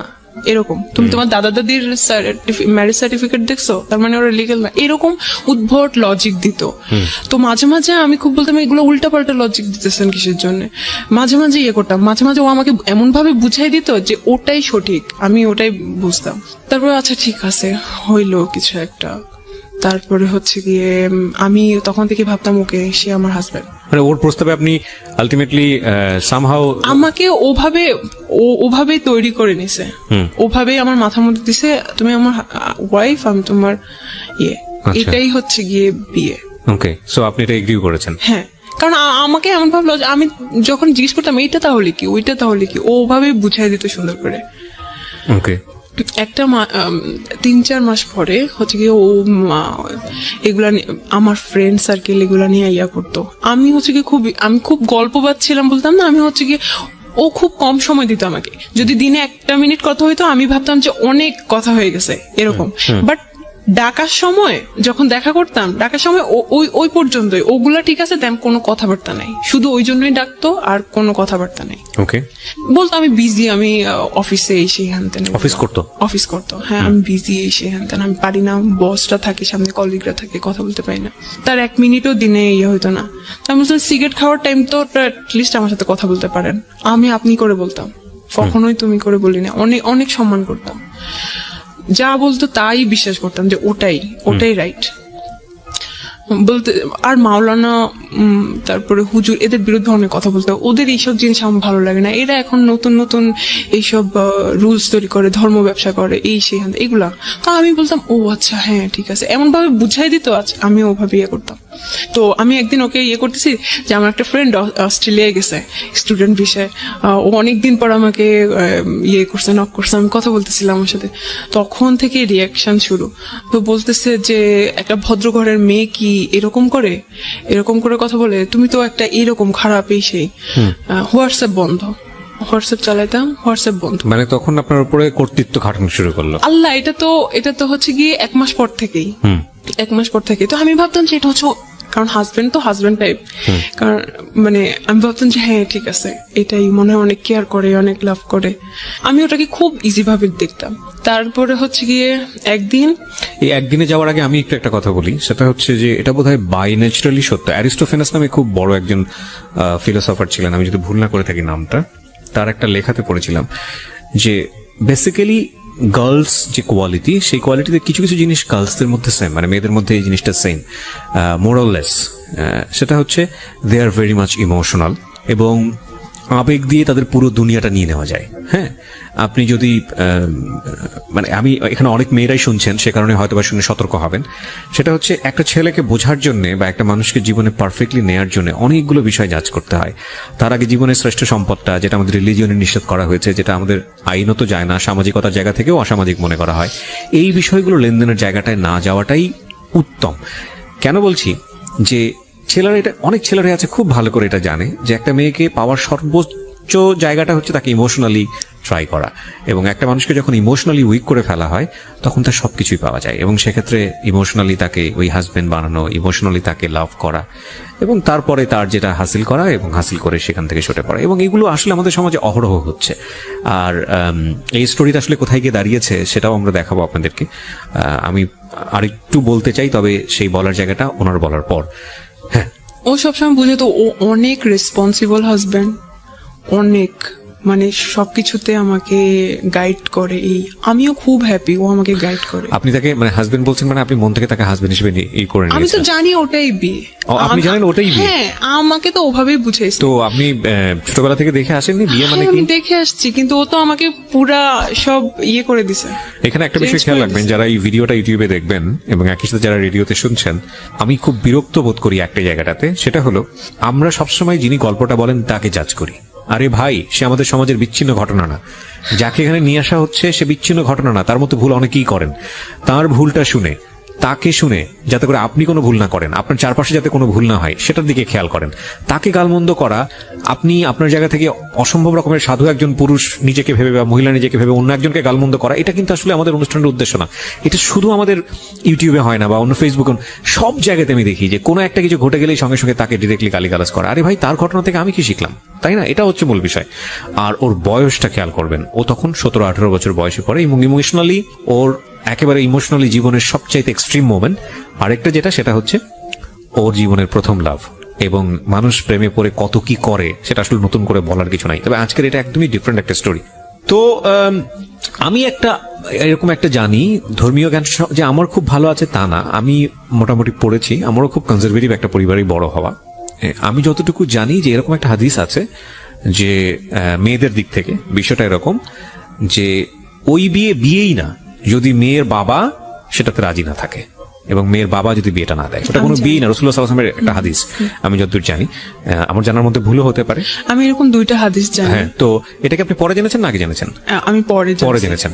তো এটা এটা এটা এটা মানে ওই বিয়েই না যদি বাপ জীবিত অবস্থায় থাকে এবং ওই বিয়েতে বাবার যদি কোনো সম্মতি না থাকে, বাপ যদি না জানে, যতদিন পর্যন্ত না জানবে ততদিন পর্যন্ত ওটা বিয়ে হয়নি। হ্যাঁ, কি ভয়ঙ্কর! মানে এটা বাংলাদেশের অনেকেই জানেন, আমি বলতে আমার গা শিউরে উঠেছে। তো আপনি যদি ধর্ম মানেন তাহলে এটাই সত্য। তো এই জায়গাটা থেকে আমি বলছি না যে আমি যেটা বলছি আপনাকে সেটা আমি খুব ভালোভাবে জানি, আমি এতটুকু জানি, আমি শেয়ার করলাম আপনার সঙ্গে, আপনি চাইলে আরো স্টাডি করে দেখতে পারেন। ওকে, তো আপনি যেটা বলছিলেন যে অ্যাজ এ হাজবেন্ড হিসেবে এটা করতে ওটা করতে, হ্যাঁ, তারপর আমি তখন আমি ওকে অনেক ভালোবাসা শুরু করছি, কারণ আমার হাজবেন্ড, অনেক ভালোবাসতাম অনেক। ও যদি বলতো যে এখন বাইর হও, কারণ ও অফিস থেকে আসতে আসতে সন্ধ্যা হয়ে যেত, আমি তখন সন্ধ্যার দিকে টিউশন করতাম, 7টার দিকে, আমার পুকুর বাসার পাশেই আমি টিউশন করতাম, বেরো যেতাম। তো তখন মাঝে মাঝে আমি টিউশনে মিস দিতাম, অথবা আমি ফুপুকে বলতাম যে শুক্রবারে ওকে পড়াই দিব, কারণ পরে আমি মিস দিব আমার পরীক্ষার জন্য। কিন্তু ওই সময় আমি ওকে না পড়াইতে যেয়ে আমি হচ্ছে গিয়ে ওর সাথে দেখা করতাম। কোথায় দেখা করতেন? কোথাও চা খাইতে যেতাম রাস্তায়। আপনার ইন্টেন্স মোমেন্ট গুলো কোথায় পাস করতেন? ওটা ওর বাসাতে? হ্যাঁ। তোর বাসায় আর কেউ ছিল না? ওর বাসায় এমন সময় আমাকে ডাকা হতো যখন কেউ থাকতো না। ওটা খুব ব্যাড এক্সপিরিয়েন্স ছিল। আমি যে কিভাবে লুকায় লুকায় যাইতাম, ও আমাকে লুকায় লুকায় ঢুকাইতো, ওটা খুব আমি মাঝে মাঝে খুব গিল্টি ফিল করতাম যে আমি তো ওর ওয়াইফ, তাহলে আমাকে কেন লুকায় লুকায় যাও। আমি নিজে এটা চিন্তা করতাম। আচ্ছা, যাই হোক, তারপরে হচ্ছে 1 মাস পর কি হইলো, না 1 মাস পর না, 2-3 মাস পরে একদিন ওগুলো জানতো। তো ও নাসিরের ব্যাপারটাও জানলো, তারপরে আমার আরো ছেলে ফ্রেন্ডের ব্যাপারটা জানলো। জানার পরে হচ্ছে গিয়ে ও খুব সিনক্রেট করলো যে কি এগুলা তুই খারাপ, এই সেই এরকম। তো ওয়াইফ সম্পর্কে কয় বছর পরে? এটা 3-4 মাস পরে। 3-4 মাস পরে? ওকে, 4 মাসও হয় নাই মনে হয়, 3 মাস পরে। ও একদম রাখবেই না ভাই। আমি ওই দিন কোন ছেলের জন্য আমি এতটা কান্না করছি, আমার শুধু মনে পড়ে আমি আমার দাদুর মৃত্যুতে এত কান্না করছি। আমি ওর পায়ে ধরে বলতেছিলাম, ও আমাকে ওই দিন আমি চেয়ারে বসাছিলাম, ও হচ্ছে চেয়ারটা ধাক্কা দিছে, যে অনেক ক্রেজি হয়েছিল, আমি চেয়ার থেকে পড়ে গেছি। তারপর আমি ওর যে পা ধরতেছি, প্লিজ এরকম কিছু করেন না, আমার লাইফটা শেষ হয়ে যাবে। তারপরে উনি কোনোভাবেই করে নাই। ওই দিন আমি বাধ্য হয়েছি, আমি চলে আসতে। কি করব, বলতেছি তুই এখান থেকে জানালে আমি তোকে মেরে ফেলবো। তারপর হচ্ছে গিয়ে আমি চলে গেছি বাসায়। আচ্ছা, আমি একটা কথা আপনাকে জিজ্ঞেস করি। একটা যেটা হচ্ছে যে বিয়েটার কথা উনি আপনাকে বলে আপনাকে এই কাজটা করিয়েছে, সেই বিয়েটা নিয়ে আপনার সন্দেহ ছিল বা আপনি হিপনোটাইজ ছিলেন, আমি যে কথাটা যদি মেনেই নেই, তাহলে আপনার ভিতর থেকে কি কখনো এরকম একটা প্রশ্ন আসেনি, প্রচলিত বিয়ে আমাদের যেটা বোঝায় ধর্মীয় রীতি অনুযায়ী, ওই বিয়েটা তুমি যেহেতু করছো তাহলে প্রচলিত বিয়েটাও করে ফেলো, এখানে সমস্যাটা কোথায়? কিন্তু সেটা এখন করব না, কারণ হচ্ছে গিয়ে এটা জানাজানি হয়ে যাবে ফ্যামিলিতে, আমাদের রিলেশন নষ্ট হয়ে যাবে। তোমার এখনো পড়াশোনা বাকি আছে। জানাজানি হবে ফ্যামিলিতে, যে পরেই যেহেতু করবা, তো বিয়ের পরের যেসব বিষয়গুলো সেগুলো বিয়ের পরে করো, বিয়ের আগে করার দরকারটা কি? বাট সে থাকতে পারতেছে না। বিষয়টা হচ্ছে actually this is a very simple logic. একটা ছেলে এবং একটা মেয়ে পরিণত বয়সে পাশাপাশি থাকলে যেই ঘটনাগুলো ঘটার কথা, মূল যে জায়গাটায় গিয়ে সবকিছু থামে, যে জায়গাটায় গিয়ে আসলে সবকিছু স্ম্যাশড হয়, সেই জায়গাটাই যাওয়ার রাস্তাটাই আসলে হচ্ছে হলো দুইজন পাশাপাশি থাকা, এবং এই জন্যই বোধ হয় যে মানে ডিস্টেন্স জিনিসটাকে সাপোর্ট করে অনেকে, যে সম্পর্কের জায়গাটা থেকে ডিস্টেন্স রাখাটা প্রয়োজন। বিয়ের আগ পর্যন্ত যেসব ডিস্টেন্স রাখলে বৈবাহিক পরবর্তী যে সম্পর্কগুলো সেগুলো জীবনে আসে না, সেই ডিস্টেন্সটা রাখা প্রয়োজন। প্রচুর লজিক আছে আসলে, একটু যদি ঠান্ডা মাথায় চিন্তা করেন আজকের এই গল্প। তারপর কি হলো, আপনি মেনে নিলেন এটা? তারপর আমি চলে গেলাম বাসায়। আর হচ্ছে কি ওই 1 মাস আমার লাইফের খুব টার্নিং পয়েন্ট ছিল। তখন হচ্ছে কি আমি যখন ভার্সিটিতে, তখন নতুন নিউ সেমিস্টার, তখন আমাদেরকে মাত্র সি প্রোগ্রামিং শেখাচ্ছে। আমি কিন্তু খুব ভালো স্টুডেন্ট, আমার ভিতরে একটা কম্পিটিশন নিয়ে, আবার যে ওখানে আমাকে ফার্স্ট হইতে হবে, এইরকম একটা মেন্টালিটি নিয়ে আমি ওখানে ভর্তি হয়েছি। ওই প্রোগ্রামিং আমার আর শেখা হয় না। ওই 1 মাসে অলরেডি ওরা অনেক দূর আগে গেছে, আমি এখন পর্যন্ত শিখতে পারি। ওটা আমার লাইফে সবচেয়ে বেশি মানে আফসোস যে আমি সি প্রোগ্রামিং শিখতে পারি না। যাই হোক, তারপরে হচ্ছে গিয়ে ওই 1 মাস এমন অবস্থা, আমার খাওয়া দাওয়া তো বাদ। তারপর শুধুমাত্র একটা বান্ধবী জানতো যে কিনা আমার ভাবির স্টুডেন্ট ছিল। আচ্ছা, সে জানতো আবার সজীবের কথা, তো বলতো যে ধৈর্য ধরো, হয়তো উনি আসবে। তারপর আমিও ফোন দেই নাই, ও ফোন দেয় নাই। আমি একদিন হচ্ছে গিয়ে 1 মাস পরে একদিন, ওই 1 মাসে হয়তো কি আমি আল্লাহর কাছে দোয়া করতাম ওর পরে জানি কোনো ছেলে আমার লাইফে না আসে। আমি অন্য ছেলের কাছে যাওয়ার আগে আল্লাহ জানি আমার বডি ডিস্ট্রয় করে দেয়, এ ধরনের দোয়া করতাম আমি। কেন করতাম? আমি চাইতাম না, কারণ যাতে একটা ছেলে আমার লাইফে থাকুক। আমি চাই না, আমার কাছে এটা খুব ঘৃণা লাগতো নিজের কাছে। আর আমি এরকম আমি ওকে অনেক ভালোবাসতাম, হয়তো ভালোবাসা থেকে মনে হইতো যে আমি এভাবেই থাকবো, তারপর হয়তো আমি ওকেই ভালোবাসা থাকবো, এরকম মনে হইতো, আমার লাইফ পার করে দিবে এভাবে। তারপরে হচ্ছে গিয়ে 1 মাস পরে একদিন সকালবেলা আমি সারা রাত ঘুমাইতে পারতাম না, তখন আমি তাহাজ্জুদ নামাজ পড়েও কান্না করতাম ওর জন্য। তো এভাবে আল্লাহর কাছে দোয়া করতাম, হাজবেন্ড সম্বোধন করে দোয়া করতাম। My goodness. ঠিক আছে, তারপরে হচ্ছে গিয়ে তো রাত্রেবেলা যে ঘুমাইতে পারতাম না, সকালবেলাটা আমি ঘুমিয়ে থাকতাম। তারপরে হচ্ছে গিয়ে ও আমাকে ফোন দিছিল 6টা বাজে তখন দেখা করতে।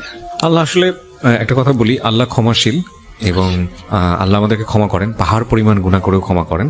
আজকের এই গল্পটা যারা শুনছি তাদের জায়গা থেকে আমরা আজকে শিক্ষাটা জায়গাটাই নিব। আমি বারবার বলি, ওকে ইন্ডিকেট করাটা আমাদের গল্পের উদ্দেশ্য না, কারণ ও অনেক বড় একটা লেসন নিয়ে এসছে। আর পুরো গল্পটা আপনারা যখন শুনবেন তখন বুঝবেন যে আসলে ভুলের মাত্রাটা কতটুকু। জি বলেন। তারপর ও যখন আমাকে কল দিছে, আমি পরে 8টা না 9টার দিকে উঠে আমি দেখছি, আল্লাহ ভাই আমি এত খুশি হয়েছি যে আমার লাইফে ও ফিরে আসছে। আমি তো এটাই দোয়া করছিলাম যাতে ও ফিরে আসে। আমি এত খুশি হয়ে গেছি, আমি হচ্ছে কি কিছু না খেয়ে তখন আমার পেট খারাপ, মানে ওই 1 মাস আমার পেট খারাপ ছিল, কারণ আমি খাওয়া দাওয়া ঠিক করে করতাম না, সারাদিন না খাওয়া থাকতাম, রাত্রেবেলা এসে খাইতাম, আমার পেট খারাপ হয়ে যেত। তো বলতেছে যে উপরে আসো, আমি যে না নিচে আসেন কথা বলি, বলছে না উপরে আসো। তো আমি বুঝতে পারছি যে হয়তো আবার স্টার্ট হবে কিছু, আমি এটাই চাইছিলাম। হয় না হাজব্যান্ড ওয়াইফের মধ্যে কোনো ঝগড়াঝাটি হয়, তারপর আবার ঠিক হয়ে যায়। তারপর গেলাম, তারপরে হচ্ছে গিয়ে বললো যে আচ্ছা আমি তোমাকে ক্ষমা করে দিছি, আমিও খুশি। তারপরে হচ্ছে গিয়ে আবার স্টার্ট হলো, আবার এর থেকেই শুরু হয়েছে ঝামেলা। স্টার্ট হয়েছে ঠিকই, কিন্তু অনেক ডমিনেট করতে থাকতো।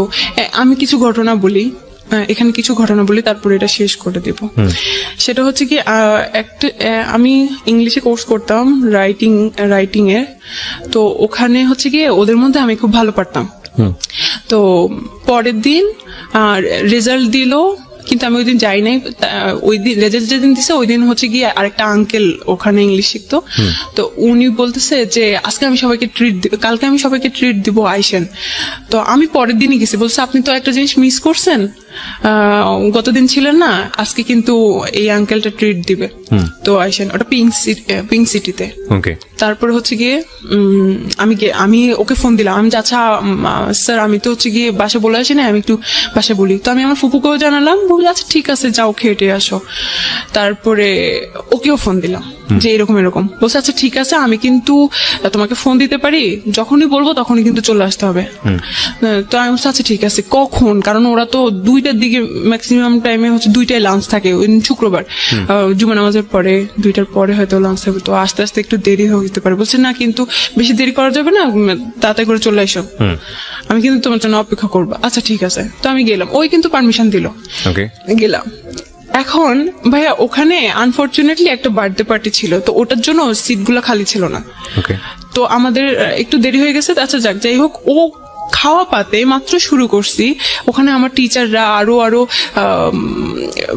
ওই ক্লাসের আরো আপু ভাইয়ারা, মা কয়েকজন বড় বড় ইয়ে ছিল, সবাই খাইতেছি।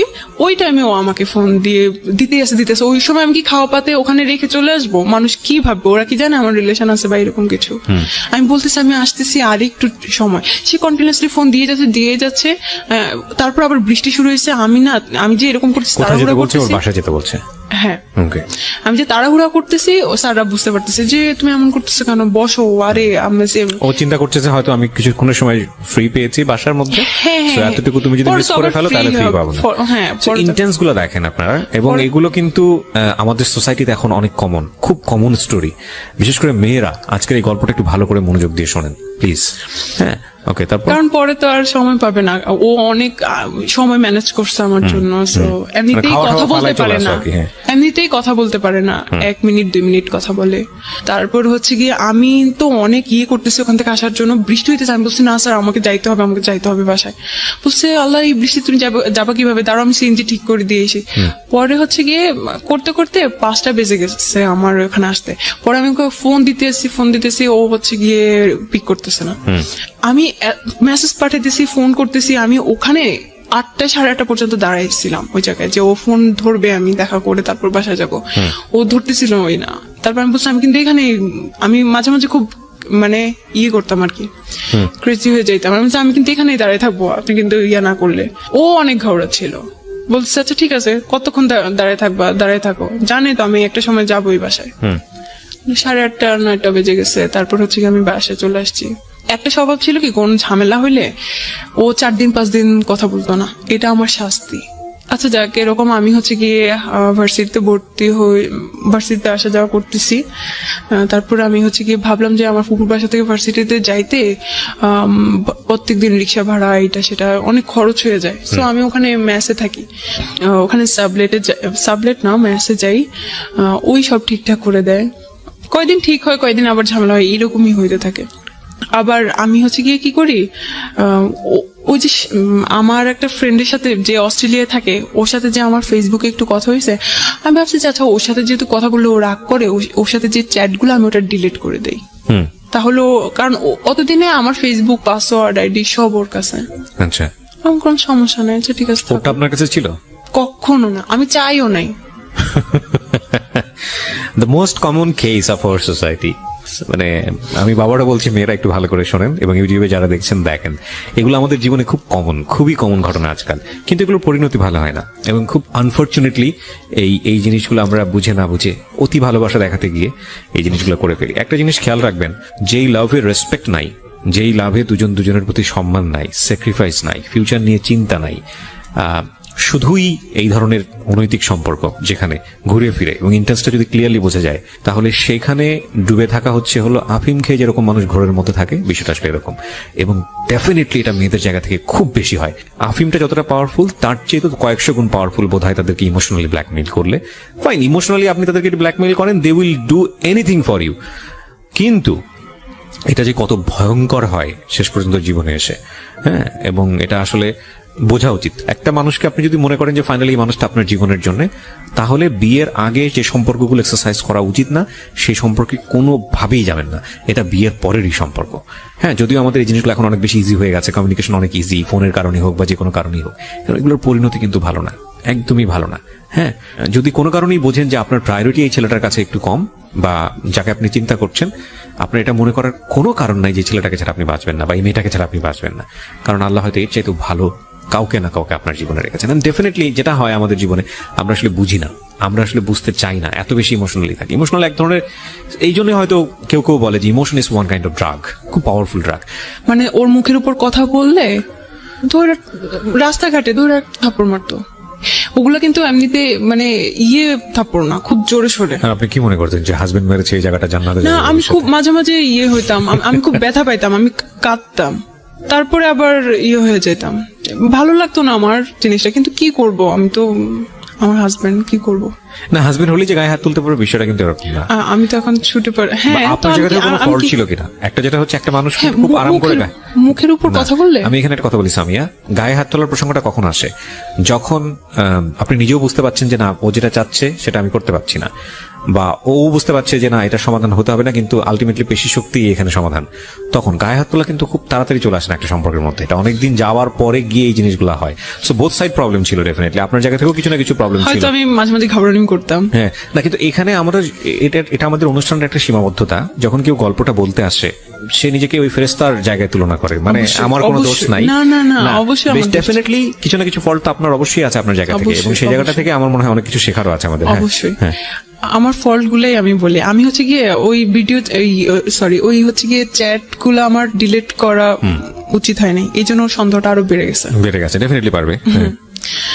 আর আমি হচ্ছে কি মাঝে মাঝে ওকে সার্চ দিতাম। ফেসবুকের পাসওয়ার্ডটা দেওয়া উচিত হয় নাই কেন? মানে আমাকে একটু বলেন তো, এটা অনেকেই দেয়। আমি আসলে একটু ইন্টারাপ্ট করছি বেশি। চাইতেছিল, এখন চাবি, সে সন্দেহ করছে, সে কারণে যাবে। আমি কিভাবে? আচ্ছা, আমাকে একটু বলেন তো খুব সহজ করে, আমি জানি না ইন্টারমিডিয়েটের ছেলেমেয়েদের এই জিনিসটা মাথায় আসে কিনা, একটা মানুষকে সন্দেহ করে কি আটকানো যায়? আমি যদি ধরেন, মানে কেউ যদি, আপনার বয়ফ্রেন্ড যদি আপনাকে সন্দেহ করে, বা আপনার হাজবেন্ড যদি আপনাকে সন্দেহ করে, আপনাকে আটকাইতে পারবে? সন্দেহ করে একটা প্রুফ পেলো যে না, আপনার সঙ্গে অন্য একটা ছেলের রিলেশন আছে, তো সেটা কি সে কিভাবে আটকাবে? হয়তো রিলেশন ভেঙে দিবে বা এসে, এই ছাড়া আর কি করবে? সেটার জন্য সন্দেহ করলে তাকে স্পাইং করতে হবে যে লাইক ঠিক আছে, আমি তাকে তার মতো করে চলতে দেই, আমি বিভিন্ন জায়গা থেকে খোঁজ খবর নিয়ে দেখি ঘটনাটা সত্য কিনা। সেটার জন্য তো তাকে তার অ্যাক্টিভিটি ব্লক করা যাবে না। সেটাই। কিন্তু আমরা খুব আনফরচুনেটলি আমরা এই জিনিসগুলো করি, আমরা ওই ব্লক করার চেষ্টা করি, না এটা করতে পারবো না, না এটা করতে পারবো না, ওইটা করতে পারবো না। তো একজন মানুষকে সন্দেহ করলে এটা করা উচিত না। একজন মানুষকে যদি সন্দেহ করেন তাহলে আপনি স্পাইং করেন, যদিও সেটা করা উচিত না, কারণ সন্দেহটা আসলে এক ধরনের রোগ। আচ্ছা, তো এর মাঝে হচ্ছে কি আমি ফেসবুকে ওদেরকে সার্চ দেই। আমি ফেসবুকের অত কিছু জানতাম না, কিভাবে ওই এগুলা ডিলিট, মানে সার্চ হিস্টোরি ডিলিট করে, সে হ্যান দেন আছে, যাই হোক। তো এগুলাতে ও অনেক ক্ষেপ্ত, ওকে কেন আমি এখনো সার্চ দিচ্ছি এগুলাতে। তো আমি সার্চ দিয়ে দেখতেছি আর কি, জাস্ট ওরা কি করতেছে বা এসে হ্যান তেন, ওইরকম কোনো ইন্টেনশন ছিল না। হ্যাঁ, এগুলাই আমার ভুল ছিল, আমার এটা করা উচিত হয়নি, এই জন্য এগুলা নিয়ে ঝামেলা হইতো। তারপরে আমি যদি আমার কোনো ফ্রেন্ডদের সাথে হচ্ছে কি 9টার পরে কথা বলতাম, এটাতে ঝামেলা হইতো। রাত 9টার পরে তুমি কেন কথা? হ্যাঁ, রাত 9টার পরে কেন আমি, এবার মেয়ে হোক ছেলে হোক। বুঝতে পেরেছি, মানে সুপার ইম্পোজ করে আর কি নিজের কর্তৃত্ব। হ্যাঁ, তারপর আবার একদিন হয়েছে কি, ও আমাকে হচ্ছে গিয়ে ডাকছে, তো আমি বলছি যে না, আমি ততদিনে আমি বুঝতেছিলাম যে এটা গুনাই, এটা কিসের বিয়ে। ও ততদিনে হচ্ছে কি আমি ম্যাচ চেঞ্জ করে আমার বান্ধবীর সাথে থাকা শুরু করছি। আমার এক বান্ধবী আমার রুমমেট ছিল, ও দেখতো, ও এগুলোতে বিরক্ত হয়ে যায়, তো আমাকে অনেক বুঝাইতো কি করছিস, এটা কি মনে করিস, এটা তোকে ভালোবাসে, এই হ্যান ত্যান। আমি তুই বুঝবি না, বলছে তুই এই ছেলেকে কিভাবে পছন্দ করলি, ওকে দেখতে কেমন দেখা যায়। আমি দেখ, আমি কিন্তু চেহারা দেখে করি নাই, ও কিন্তু অনেক ভালো মনের মানুষ, এই সেই হ্যান ত্যান। তো ওদেরকে ওভাবে আমি চুপ করাই দিতাম। ওই ফ্রেন্ডটাকেও দেখতে পারতো না ও, আমার কোনো বান্ধবী বা ফ্রেন্ড তো ওর সাথে থাকার পরে তো আমি সব ফ্রেন্ডের বাদ দিয়ে দিছি, আমি কোনো ও বান্ধবীও দেখতে পারতো না। তো একদিন হচ্ছে কি আমি চাইছিলাম যে আমার কোনো বান্ধবীর সাথে যাইতে, কোথাও ঘুরতে যাইতে আর কি। তো ওকে বলছে আর কি যে আমি আজকে আসবো না। তো আচ্ছা ঠিক আছে, আইসো না, আর কখনোই আসা লাগবে না। একটু ইগোইস্টিক ছিল আর কি, ওইগুলা ওর ইগোতে হার্ট করতো। এরপরে হচ্ছে 8 মাস আমি আসলে স্পেসিফিক কারণটা হচ্ছে কি আমি মানে করতে পারতেছি না, যে 8 মাস হচ্ছে গিয়ে কোনো নাই, কিন্তু এই 8টা মাস আমি অনেক কাঁদতাম আর ওকে ফোন দিতাম, বারবারই পোক করতাম, প্লিজ আমি সরি এরকম বলতাম, ফিরে আসেন, তো হয়তো না। তারপরে হচ্ছে গিয়ে একদিন ও আমাকে বলে যে এর মাঝখানে ঝামেলা হইতেছে, তো আমি ওই ফ্রেন্ডের কাছ থেকে চলে এসে আরেকটা রুমমেটের সাথে থাকা শুরু করতেছি। তো ওই রুমমেটের সাথে ওর কাছে তো আমার সব ফেসবুক আইডি আছে, আমার ফেসবুক আইডি বা হচ্ছে কি পাসওয়ার্ড এগুলো আছে। তো হচ্ছে গিয়ে ও দেখতে পারে কে আমার রুমমেটের নাম কি হ্যান ত্যান। তো ও আমার রুমমেটকে ও রিকোয়েস্ট পাঠায়, বলে যে আমার নামে আমাকে ও অনেক ভালোবাসতো, ও হয়তো এগুলা প্রকাশ করতে পারতেছে না, অনেক সুখ দুঃখের কথা বলে। তা ও আমার রুমমেট আমাকে বলে যে আপু ও তো এরকম, উনি তো এরকম আমাকে মেসেজ দিয়েছেন, জাস্ট ঠিক আছে কথা বলে দেখো কি বলে। তারপর হচ্ছে তখন কিন্তু রিলেশনটা ভালো নাই। তারপর হচ্ছে গিয়ে আমি কোনোভাবে ওকে ছাড়তে চাচ্ছিলাম না, যে যাই হয়েছে ওর সাথেই থাকি। ওর সাথে একটা সময় আমি ওর রুমমেটের ল্যাপটপ থেকে ওকে মেসেজ দিতাম, ও কিন্তু এগুলো এখনো জানে না। আমি ওকে ছোট করতে চাই না, ও ছোট হয়ে যাবে। তারপরে হচ্ছে গিয়ে আমার রুমমেট বলতো আপনার মনে হয় ভালো করে ঘাটা উচিত, ওনার মনে হয় ক্যারেক্টারের প্রবলেম আছে এই সে। তুমি অন্য সবকিছু বলতে পারো, এইটা বলতে পারো না, কারণ এইটা আমি বিশ্বাস করি না। ওটা আমি বিশ্বাসই করতাম না ওর কোনো মেইলি প্রবলেম আছে। তারপর হচ্ছে গিয়ে টুকটাক ফ্ল্যাটিং এখন শুরু হয়ে গেছে আমার রুমমেটের সাথে।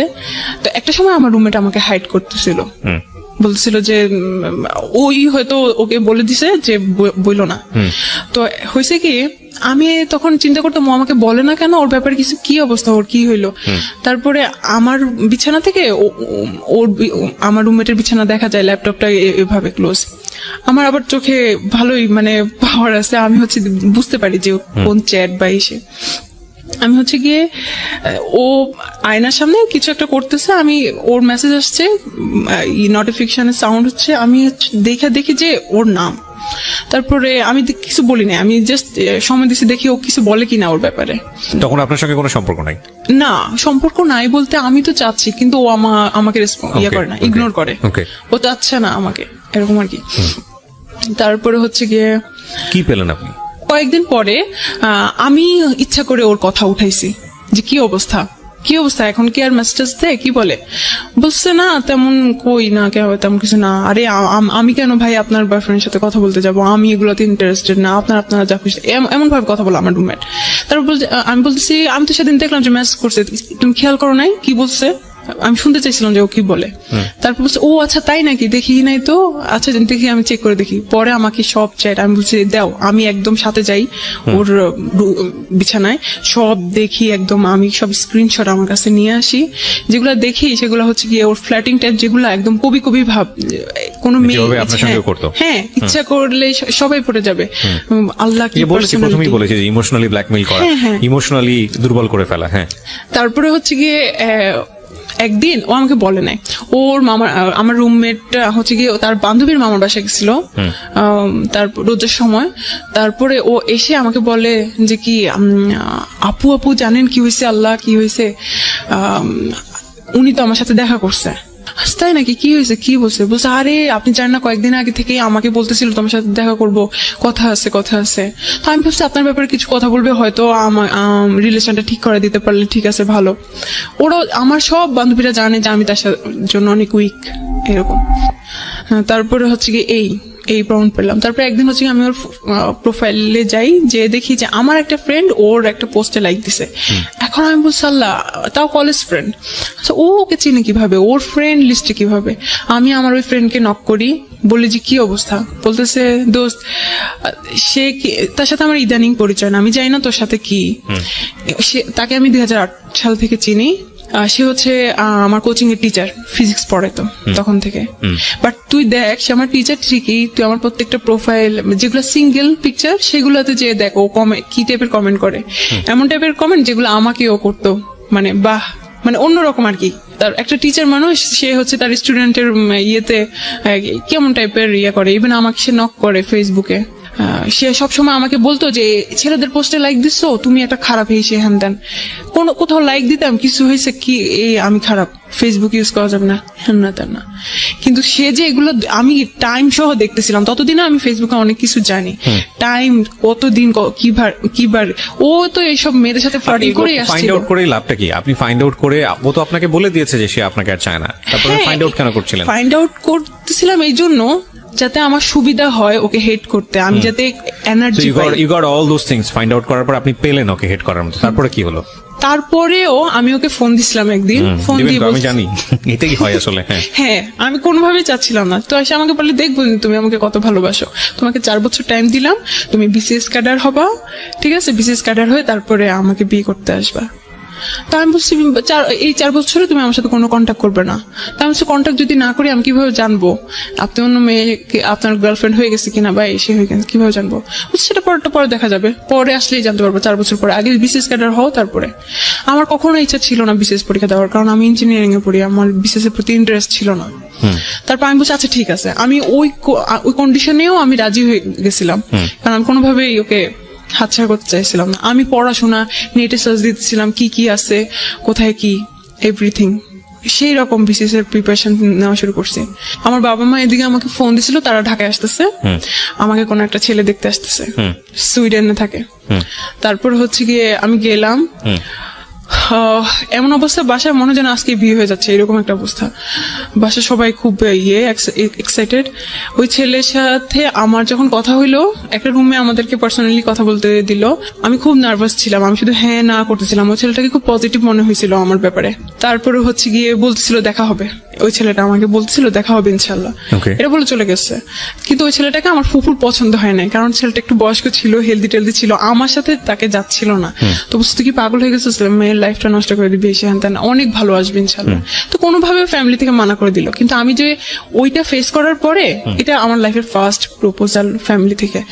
আমি বাসায় যাওয়ার আমার মেসেজ যাওয়ার পর আমি অনেক চিন্তা করলাম যে আমার বাবা আমার জন্য ছেলে দেখতেছে, সুইডেন থেকে শুরু করছে, তার অনেক টাকা বেতন, সে কিন্তু অনেক স্টাবলিশ, আর সে তো আমার গায়ে হাত দেওয়ার সাহস পাবে না, আমার বাবা হাত ভেঙে ফেলবে ওর, বা ফ্যামিলি থেকে একটা ইয়া নিবে।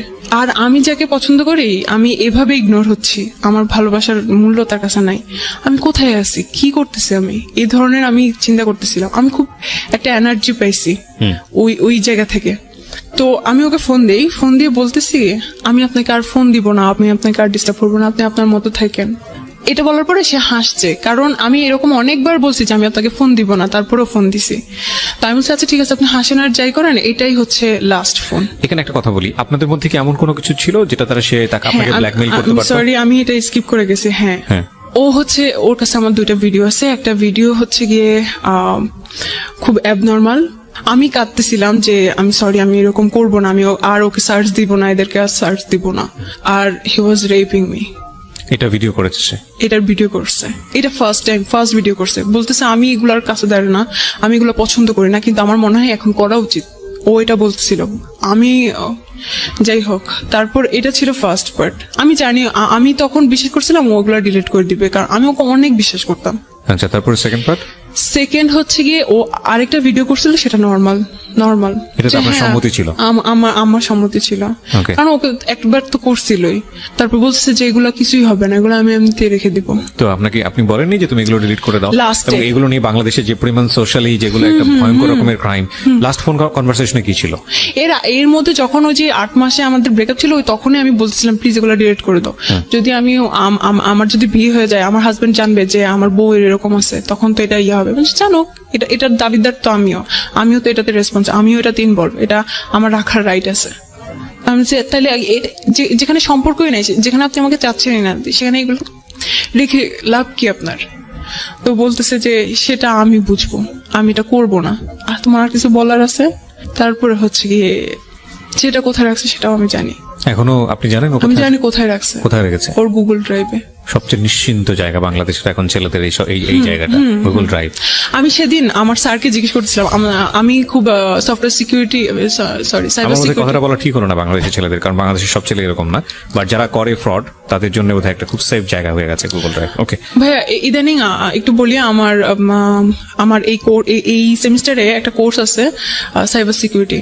তো আমি ইদানিং শিখা শুরু করছি কিভাবে ওয়েবসাইট হ্যাক করে, কিভাবে প্রোটেক্ট করে, কিভাবে ডাটাবেস হ্যাক করে। তো আমি স্যারকে একটা কথা জিজ্ঞেস করছি, স্যার আপনি আমাদেরকে এগুলো শিখেছেন, কিন্তু গুগল ড্রাইভ কিভাবে হ্যাক করে, এটা কি পসিবল? বলছে, হাসতেছিল, যদি এটা পসিবল হতো তাহলে তো তোমারটাই আগে হ্যাক হইতো কোনোভাবে। এটা পসিবল না। হ্যাঁ পসিবল, অবশ্যই, যারা ডেভেলপার তাদের কাছে সবকিছু সেই জায়গাটা নাই বা গেলাম, পসিবল আর ইম্পসিবল।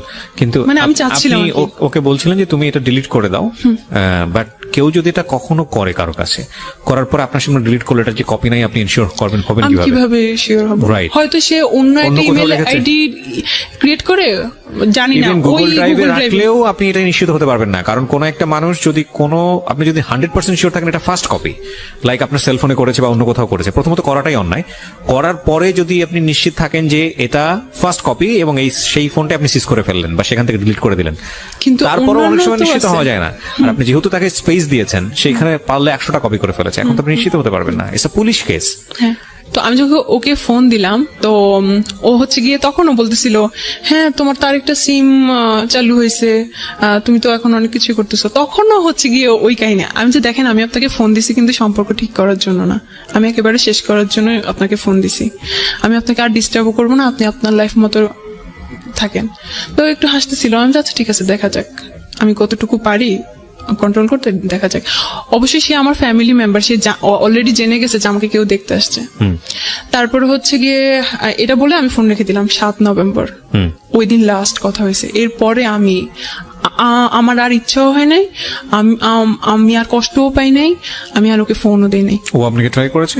না, ও ও try তো করে। আমাকে কখনোই ট্রাই করতো না। ওকে, এখানে এই যে ভিডিওটা আপনি রেখে দিলেন, সারা জীবনের জন্য এটা একটা আতঙ্ক। তো এটা নিয়ে আপনার খারাপ লাগে না, কষ্ট হয় না? হ্যাঁ, আমি আসবো। ওটা নিয়ে তো এখন ঘটনাটা চলতেছে। তারপরে হচ্ছে গিয়ে এইদিকে আমি কি করলাম, আমি আমার ইমেল অ্যাড্রেস চেঞ্জ করলাম, পাসওয়ার্ড চেঞ্জ করলাম, আমার ফোনেও কিন্তু করা, ও দেখতে পারে আমার ইনকামিং কল, আউটগোয়িং কল, এগুলোও দেখতে পারে। আমি অফিসে কল দিলাম, দিয়ে মানে বললাম এত বেশি তার কাছে ক্লিন হতে গিয়েছেন যে জীবনে কোনো পার্সোনাল বিষয় রাখেননি, সব তাকে শেয়ার করেছেন। সব আমার হাজবেন্ড। চরম পর্যায়ের বোকা। এসএসসি ইন্টার পড়ুয়া মেয়েরাই আসলে এই জিনিসগুলো বেশি করে। হ্যাঁ, তারপর হচ্ছে কি আমি অফিসে কল দিলাম, দিয়ে বললাম যে আমি এটা কিভাবে কি করতে পারি। তারপর ওরা আমাকে বললো, ওয়েবসাইট লিংক বললো, আমি ওখানে গেলাম, গিয়ে হচ্ছে সব চেঞ্জ করলাম। তারপরে যাচ্ছে ফেব্রুয়ারিতে 2019 সালে ফেব্রুয়ারিতে আমার সেমিস্টার ব্রেক ছিল।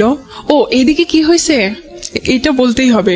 এটা হচ্ছে কি আমার ভাবি জানতো, আমার ছোট ভাবি, আমার ছোট ভাইয়ের বউ, ফুফাতো বোন।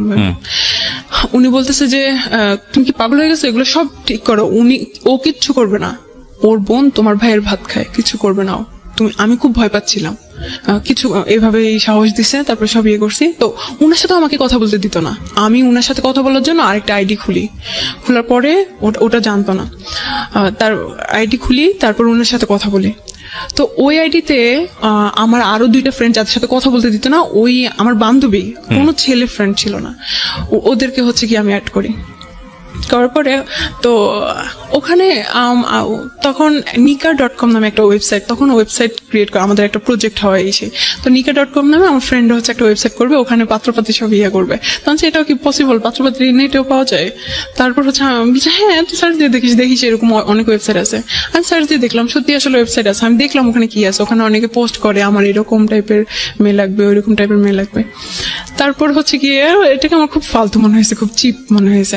ওখানে ওইটাতে আমি দেখার পরে ওই সাইডে আরো অনেক সাজেস্ট আসে যে ফাইন্ড ট্রু লাভ, তারপরে হচ্ছে গিয়ে ডেটিং সাইট এরকম। সো ফাইন্ড ট্রু লাভ, যে ট্রু লাভ এরকম ট্রু লাভ পাওয়া যায় না, এইদিকেও ট্রু লাভ পাওয়া যায় এরকম। তো আমি হচ্ছে কি খুব ইন্টারেস্টেড ছিলাম। আমি হচ্ছে কি ক্লিক করে দেখি যে ওখানে প্রথম যে পোস্ট, আমি ওখানে ঘুরেও দেখি নাই যে কি আছে, 2-3 দিনও ছিলাম না ওই জায়গায়। ফার্স্ট যেদিন আমি হচ্ছে করি, যে দেখি যে একটা ছেলে পোস্ট দিছে, একটা সিরিয়াস মনের গার্লফ্রেন্ড চাই, সিরিয়াস, যে হচ্ছে হ্যাঁ করবে না। তো আমি না আসলে হচ্ছে গিয়ে ট্রাই করার জন্য আসলে দেখি কি করে ও, আসলে কি কথা বলে। আমার আইডিতে কিন্তু কোনো ছবি ছিল না, কোনো পোস্ট না, কিছু না, ওটা দেখতেই ফেক আইডির মতো দেখা যায়, যে আইডিতে আমি আমার ভাবির সাথে কথা বলতাম। তারপরে হচ্ছে গিয়ে ওই আইডিতে আমি জাস্ট একটা হাই দিই, আমি চলে আসি, ওখান থেকে স্কিপ করে আমি আমার আইডিতে চলে আসি, আমি করি। তারপরে হচ্ছে গিয়ে দেখি কতক্ষণ পর আবার যে দেখি ওই ছেলে আমাকে হ্যালো বলে, হাই। তো আমি বলছি আমি বাংলাদেশ থেকে, please don't think that I am fake or something like that. ফার্স্টে আমি না তখন ওর প্রোফাইলটা চেক করি না, যখন ওর দেখতেছি রিপ্লাই দেওয়া শুরু করছি, তখন আমি যে দেখি ও হচ্ছে শ্রীলঙ্কান, বাট ওর ফেসটা হচ্ছে কি খুব টাইপের, ঠিক আছে। তো আমি ওকে অনেক কথা হয়, তো বলতেছে যে আমি হচ্ছে কি ছবি দেখতে পারি, আমি নিজে থেকেই বলতেছি যে আপনি চাইলে আমার ছবি দেখতে পারেন, কিন্তু আমি আমার ছবি হচ্ছে গিয়ে প্রোফাইলে দিতে কমফোর্টেবল ফিল করি না। তারপরে বলতেছিল যে আচ্ছা ঠিক আছে, হ্যাঁ অবশ্যই অবশ্যই, আমি কার সাথে কথা বলতেছি আমি দেখতে চাই। তো আমি আমার ভাইয়ের সাথে থাকা একটা ছবি দিছি, দেওয়ার পরে হিজাব সহ, ঠিক আছে, দেওয়ার পরে ও কতক্ষণ পরে বলতেছিল you are so cute, but এই প্রবলেম, আমাদের এই ধরনের কোনো প্রবলেম নাই, কিন্তু তোমাদের ইয়েতে এইরকম সমস্যা যে কাউকে বিয়ে করে। সে খুব সিরিয়াস ফার্স্ট থেকে, সে ভাবছে যে আমি তাকে রিকোয়েস্ট মেসেজ পাঠিয়েছি হয়তো আমি রাজি যে বিয়ে টিয়ে টাইপের বা রিলেশন করতে রাজি, এই টাইপের ও কথা বলছে। এবং আপনি তার সম্পর্কে তেমন একটা জানেন না? জানি না, কিছু জানি না। তারপরে হচ্ছে গিয়ে আমি বলছি আপনি কি শ্রীলঙ্কা থেকে, আমি তখন হচ্ছে গিয়ে বানানটা ভুল করছি, শ্রীলঙ্কা লিখছি, শ্রীলঙ্কা। তো হাসতেছিল এভাবে। তারপরে হচ্ছে গিয়ে বলতেছে যে এটা আমি আসলে চাই না আমার জন্য কোনো কমপ্লেক্সিটিতে তুমি পড়ো, কারণ তোমাদের ইসলামে হচ্ছে গিয়ে এটা পারমিট করে না। তো আমি বলতেছি যে আল্লাহ, তাই নাকি, আপনি মুসলমান না? আমি তখনও দেখি নাই, আমি প্রোফাইলে দেখতে পাচ্ছিলাম না। তার বলছে না আমি বুদ্ধিস্ট।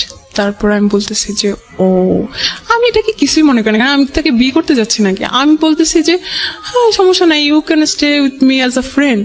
তো বলতেছে যে না, বাট এটা প্রবলেম হবে, আচ্ছা আমি কি যাওয়ার আগে আমি তোমার একটু ভয়েস শুনতে পারি? তো আমি আসলে আমি মেসেঞ্জার কিভাবে ভয়েস সেন্ড করতে হয় আমি আসলে যাই না, সো আপনার হোয়াটসঅ্যাপ থাকলে আমি হোয়াটসঅ্যাপে হচ্ছে গিয়ে ইয়ে করতে পারি। তো আমাকে হোয়াটসঅ্যাপ নাম্বার দেয়, আমি হোয়াটসঅ্যাপ নাম্বার দিই, হোয়াটসঅ্যাপে হচ্ছে গিয়ে আমি ভয়েস রেকর্ড পাঠাই।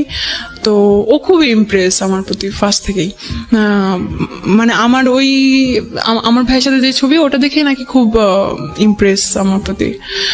তারপর হচ্ছে কি বলতেছে খুব কষ্ট আফসোস হচ্ছিল আর কি ওর, যে আমি হয়তো ওকে রাখতে পারবো না ধর্মের কারণে, হয়তো ও চলে যাবে এরকম। তাই আমি আসলে হ্যাঁ এটা পসিবল, আমি তখন সিরিয়াস না, আমি এমনি বলতেছিলাম যে হ্যাঁ বিয়ে করা পসিবল যদি কেউ কনভার্ট করে। বলছে না আমি তো এটা কখনোই করবো না, আমি তো কনভার্ট কখনোই হব না।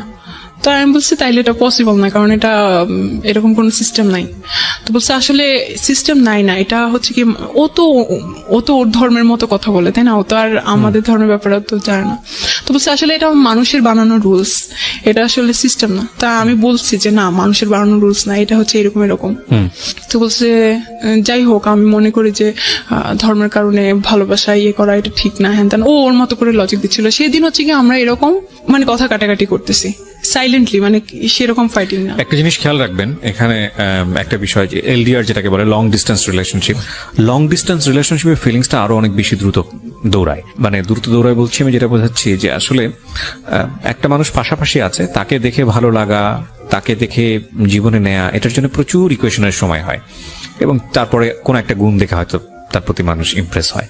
কিন্তু লং ডিস্টেন্স রিলেশনশিপে যেহেতু দেখা না দেখা, কাছে পাওয়া, এরকম অনেক বড় একটা দূরত্ব থাকে, তখন অদ্ভুতভাবে এর সাইকোলজি নিয়ে যারা পড়াশোনা করেন তারা এই বিষয়গুলোকে খুব সুন্দর করে ব্যাখ্যা করতে পারবেন। বাট আমার কাছে যেটা মনে হয় যে আপনার কাউকে ভালো লাগার জন্য আপনার ভিতরে যেসব ফিলিংস থাকা প্রয়োজন, সেই ফিলিংস গুলো নিয়ে যেই মানুষটার অবয়ব আপনার মধ্যে তৈরি হওয়া প্রয়োজন। লং ডিস্টেন্স রিলেশনশিপে এই জিনিসটা খুব দ্রুত হয়, অর্থাৎ আপনার মধ্যে মনে হতে শুরু করে যে না, এই মানুষটা বোধহয় সবকিছু, আমি যেটা চাই সেই সব গুণের অধিকারী। এবং আমার মনে হয় যে মেয়ের ক্ষেত্রে সেটাও হয়েছে। জি, তারপরে কি হলো? তারপরে ভাই ও কোনোভাবে থাকতে রাজি না। আমি আচ্ছা ঠিক আছে, আমার কি সমস্যা কি, আমি এখানে গেছি আমি তো এই দেখার জন্য, না হলে নাই। তো আমি বলতেছি যে আমি বারবার এটাই মেনশন করতেছিলাম যে আপনি ফ্রেন্ড হিসেবে থাকতে পারেন, আমার কোনো সমস্যা নেই। হ্যাঁ আমার অনেক হিন্দু ফ্রেন্ড আছে, ইভেন আমার সমস্যা নাই, অন্য ধর্মের ফ্রেন্ড থাকতেই পারে। সে বারবার এটাই বলতেছিল যে না আমি তোমাকে কোনো কমপ্লেক্সিটিতে ফালাতে চাই না, বিকজ সে নাকি মানে 5 বছর পরে কিছু একটা ফিল করতেছিল, যে এই ফিলিংসটা সে কখনোই পায় নাই, মানে আপনাকে দেখে। তারপর আমি জাস্ট ওকে একটা ভয়েস মেসেজ পাঠাই, সে আমাকে বলছে যে তোমার কি মনে হয়, তুমি কি এরকম কিছু ফিল করতে পারতেছো, বা তোমার কি মনে হয়? তাই আমি বলছি আমি জানি না, বাট আমি চাই, আমি আপনাকে যেতে দিতে চাই না, আপনি আমার সাথে ফ্রেন্ড হিসেবে থাকতে পারেন। একটু আমি জাস্ট ভয়েস মেসেজ পাঠাইছিলাম। তো ও এইটাকে এত পছন্দ করে এখন পর্যন্ত, বলতে তুমি কতটা অনেস্ট ছিলা, মানে চাওয়া মাত্র দিয়ে দিয়েছো। হ্যাঁ যে যাইতে দিতে চায় না বা এরকম, ওটার পর থেকে নাকি ও আরো বেশি ফল করে। তারপরে হচ্ছে গিয়ে ও কি বলতেছে বাংলা জানে প্লিজ, নাকি ও বাংলা জানে না? না বাংলা জানে বাংলা জানে না, না, okay. বাংলা জানে না, হিন্দি জানে, ইংলিশ জানে এরকম। তো বলতেছে যে আচ্ছা please let's make a plan, কিভাবে আমরা হচ্ছে কি একসাথে হতে পারি। তো আমি বলছি, কিরকম প্ল্যান? আমি না খুব ইন্টারেস্টেড ছিলাম যে দেখি ও কিভাবে আমাকে ট্রিট করে, ও আমাকে জন্য এতই হয়ে গেছে, এত সিরিয়াস হয়ে গেছে, আমি অবাক হচ্ছিলাম। আমি আবারও একটু ইন্টারাপ্ট করছি, আজকে আমি বেশি বেশি ইন্টারাপ্ট করছি, ক্ষমা চেয়ে নিচ্ছি, এবং সেটার প্রয়োজন আছে বলেই। আজকের এই যে সিক্রেটসটা, পুরো সিক্রেটসটা এখানে রিভিল হচ্ছে। বিয়ে বলতে যেটা বুঝি যে কারোর সঙ্গে কারো সংসার হওয়া, কিন্তু বিয়ের হওয়ার আগে বিয়ে পূর্ববর্তী যে বিষয়গুলো, বিয়ে নিয়ে জ্ঞান দেওয়া, প্রপার মানুষকে সিলেক্ট করা, কার সঙ্গে বিয়ে হতে পারে, বিয়ে হলে কি হয়, এই বিষয়গুলো নিয়ে যে জ্ঞান দেওয়া, পরিবার থেকে আসুক বা পরিবারের অন্যান্য সদস্যদের কাছ থেকে আসুক, যে সময় তাদেরকে এই জ্ঞানটা দেওয়া প্রয়োজন, সেটা না হলে কি হতে পারে একটা মেয়ের জীবনে কিংবা একটা ছেলের জীবনে, মূল জায়গাটা এতক্ষণে আপনারা হয়তো রিভিল করতে পারবেন। কারণ আরেকটা ভয়ানক রকমের ঘটনা যেটা ওর জীবনে ঘটেছে, আমি জানি না এটা রেজাল্ট কি, বাট আমাদের জায়গা থেকে এটা ভয়ানকই মনে হবে। ঠিক আছে, আমরা সেদিকে আগাতে চাই। জি বলেন। তারপর হচ্ছে গিয়ে একটা প্ল্যান মেক করা শুরু করছে। ইভেন এটা বলে যে আমার মনে হয় তোমার বাবা আমাকে পছন্দ করবে। তারপর নিজে থেকে সে নিজের দিতেছিল, সে কি করে না করে। সে সফটওয়্যার ইঞ্জিনিয়ারিং এ পড়াশোনা করছে, সে এখন এই চাকরি করে, খুব ভালো বেতন।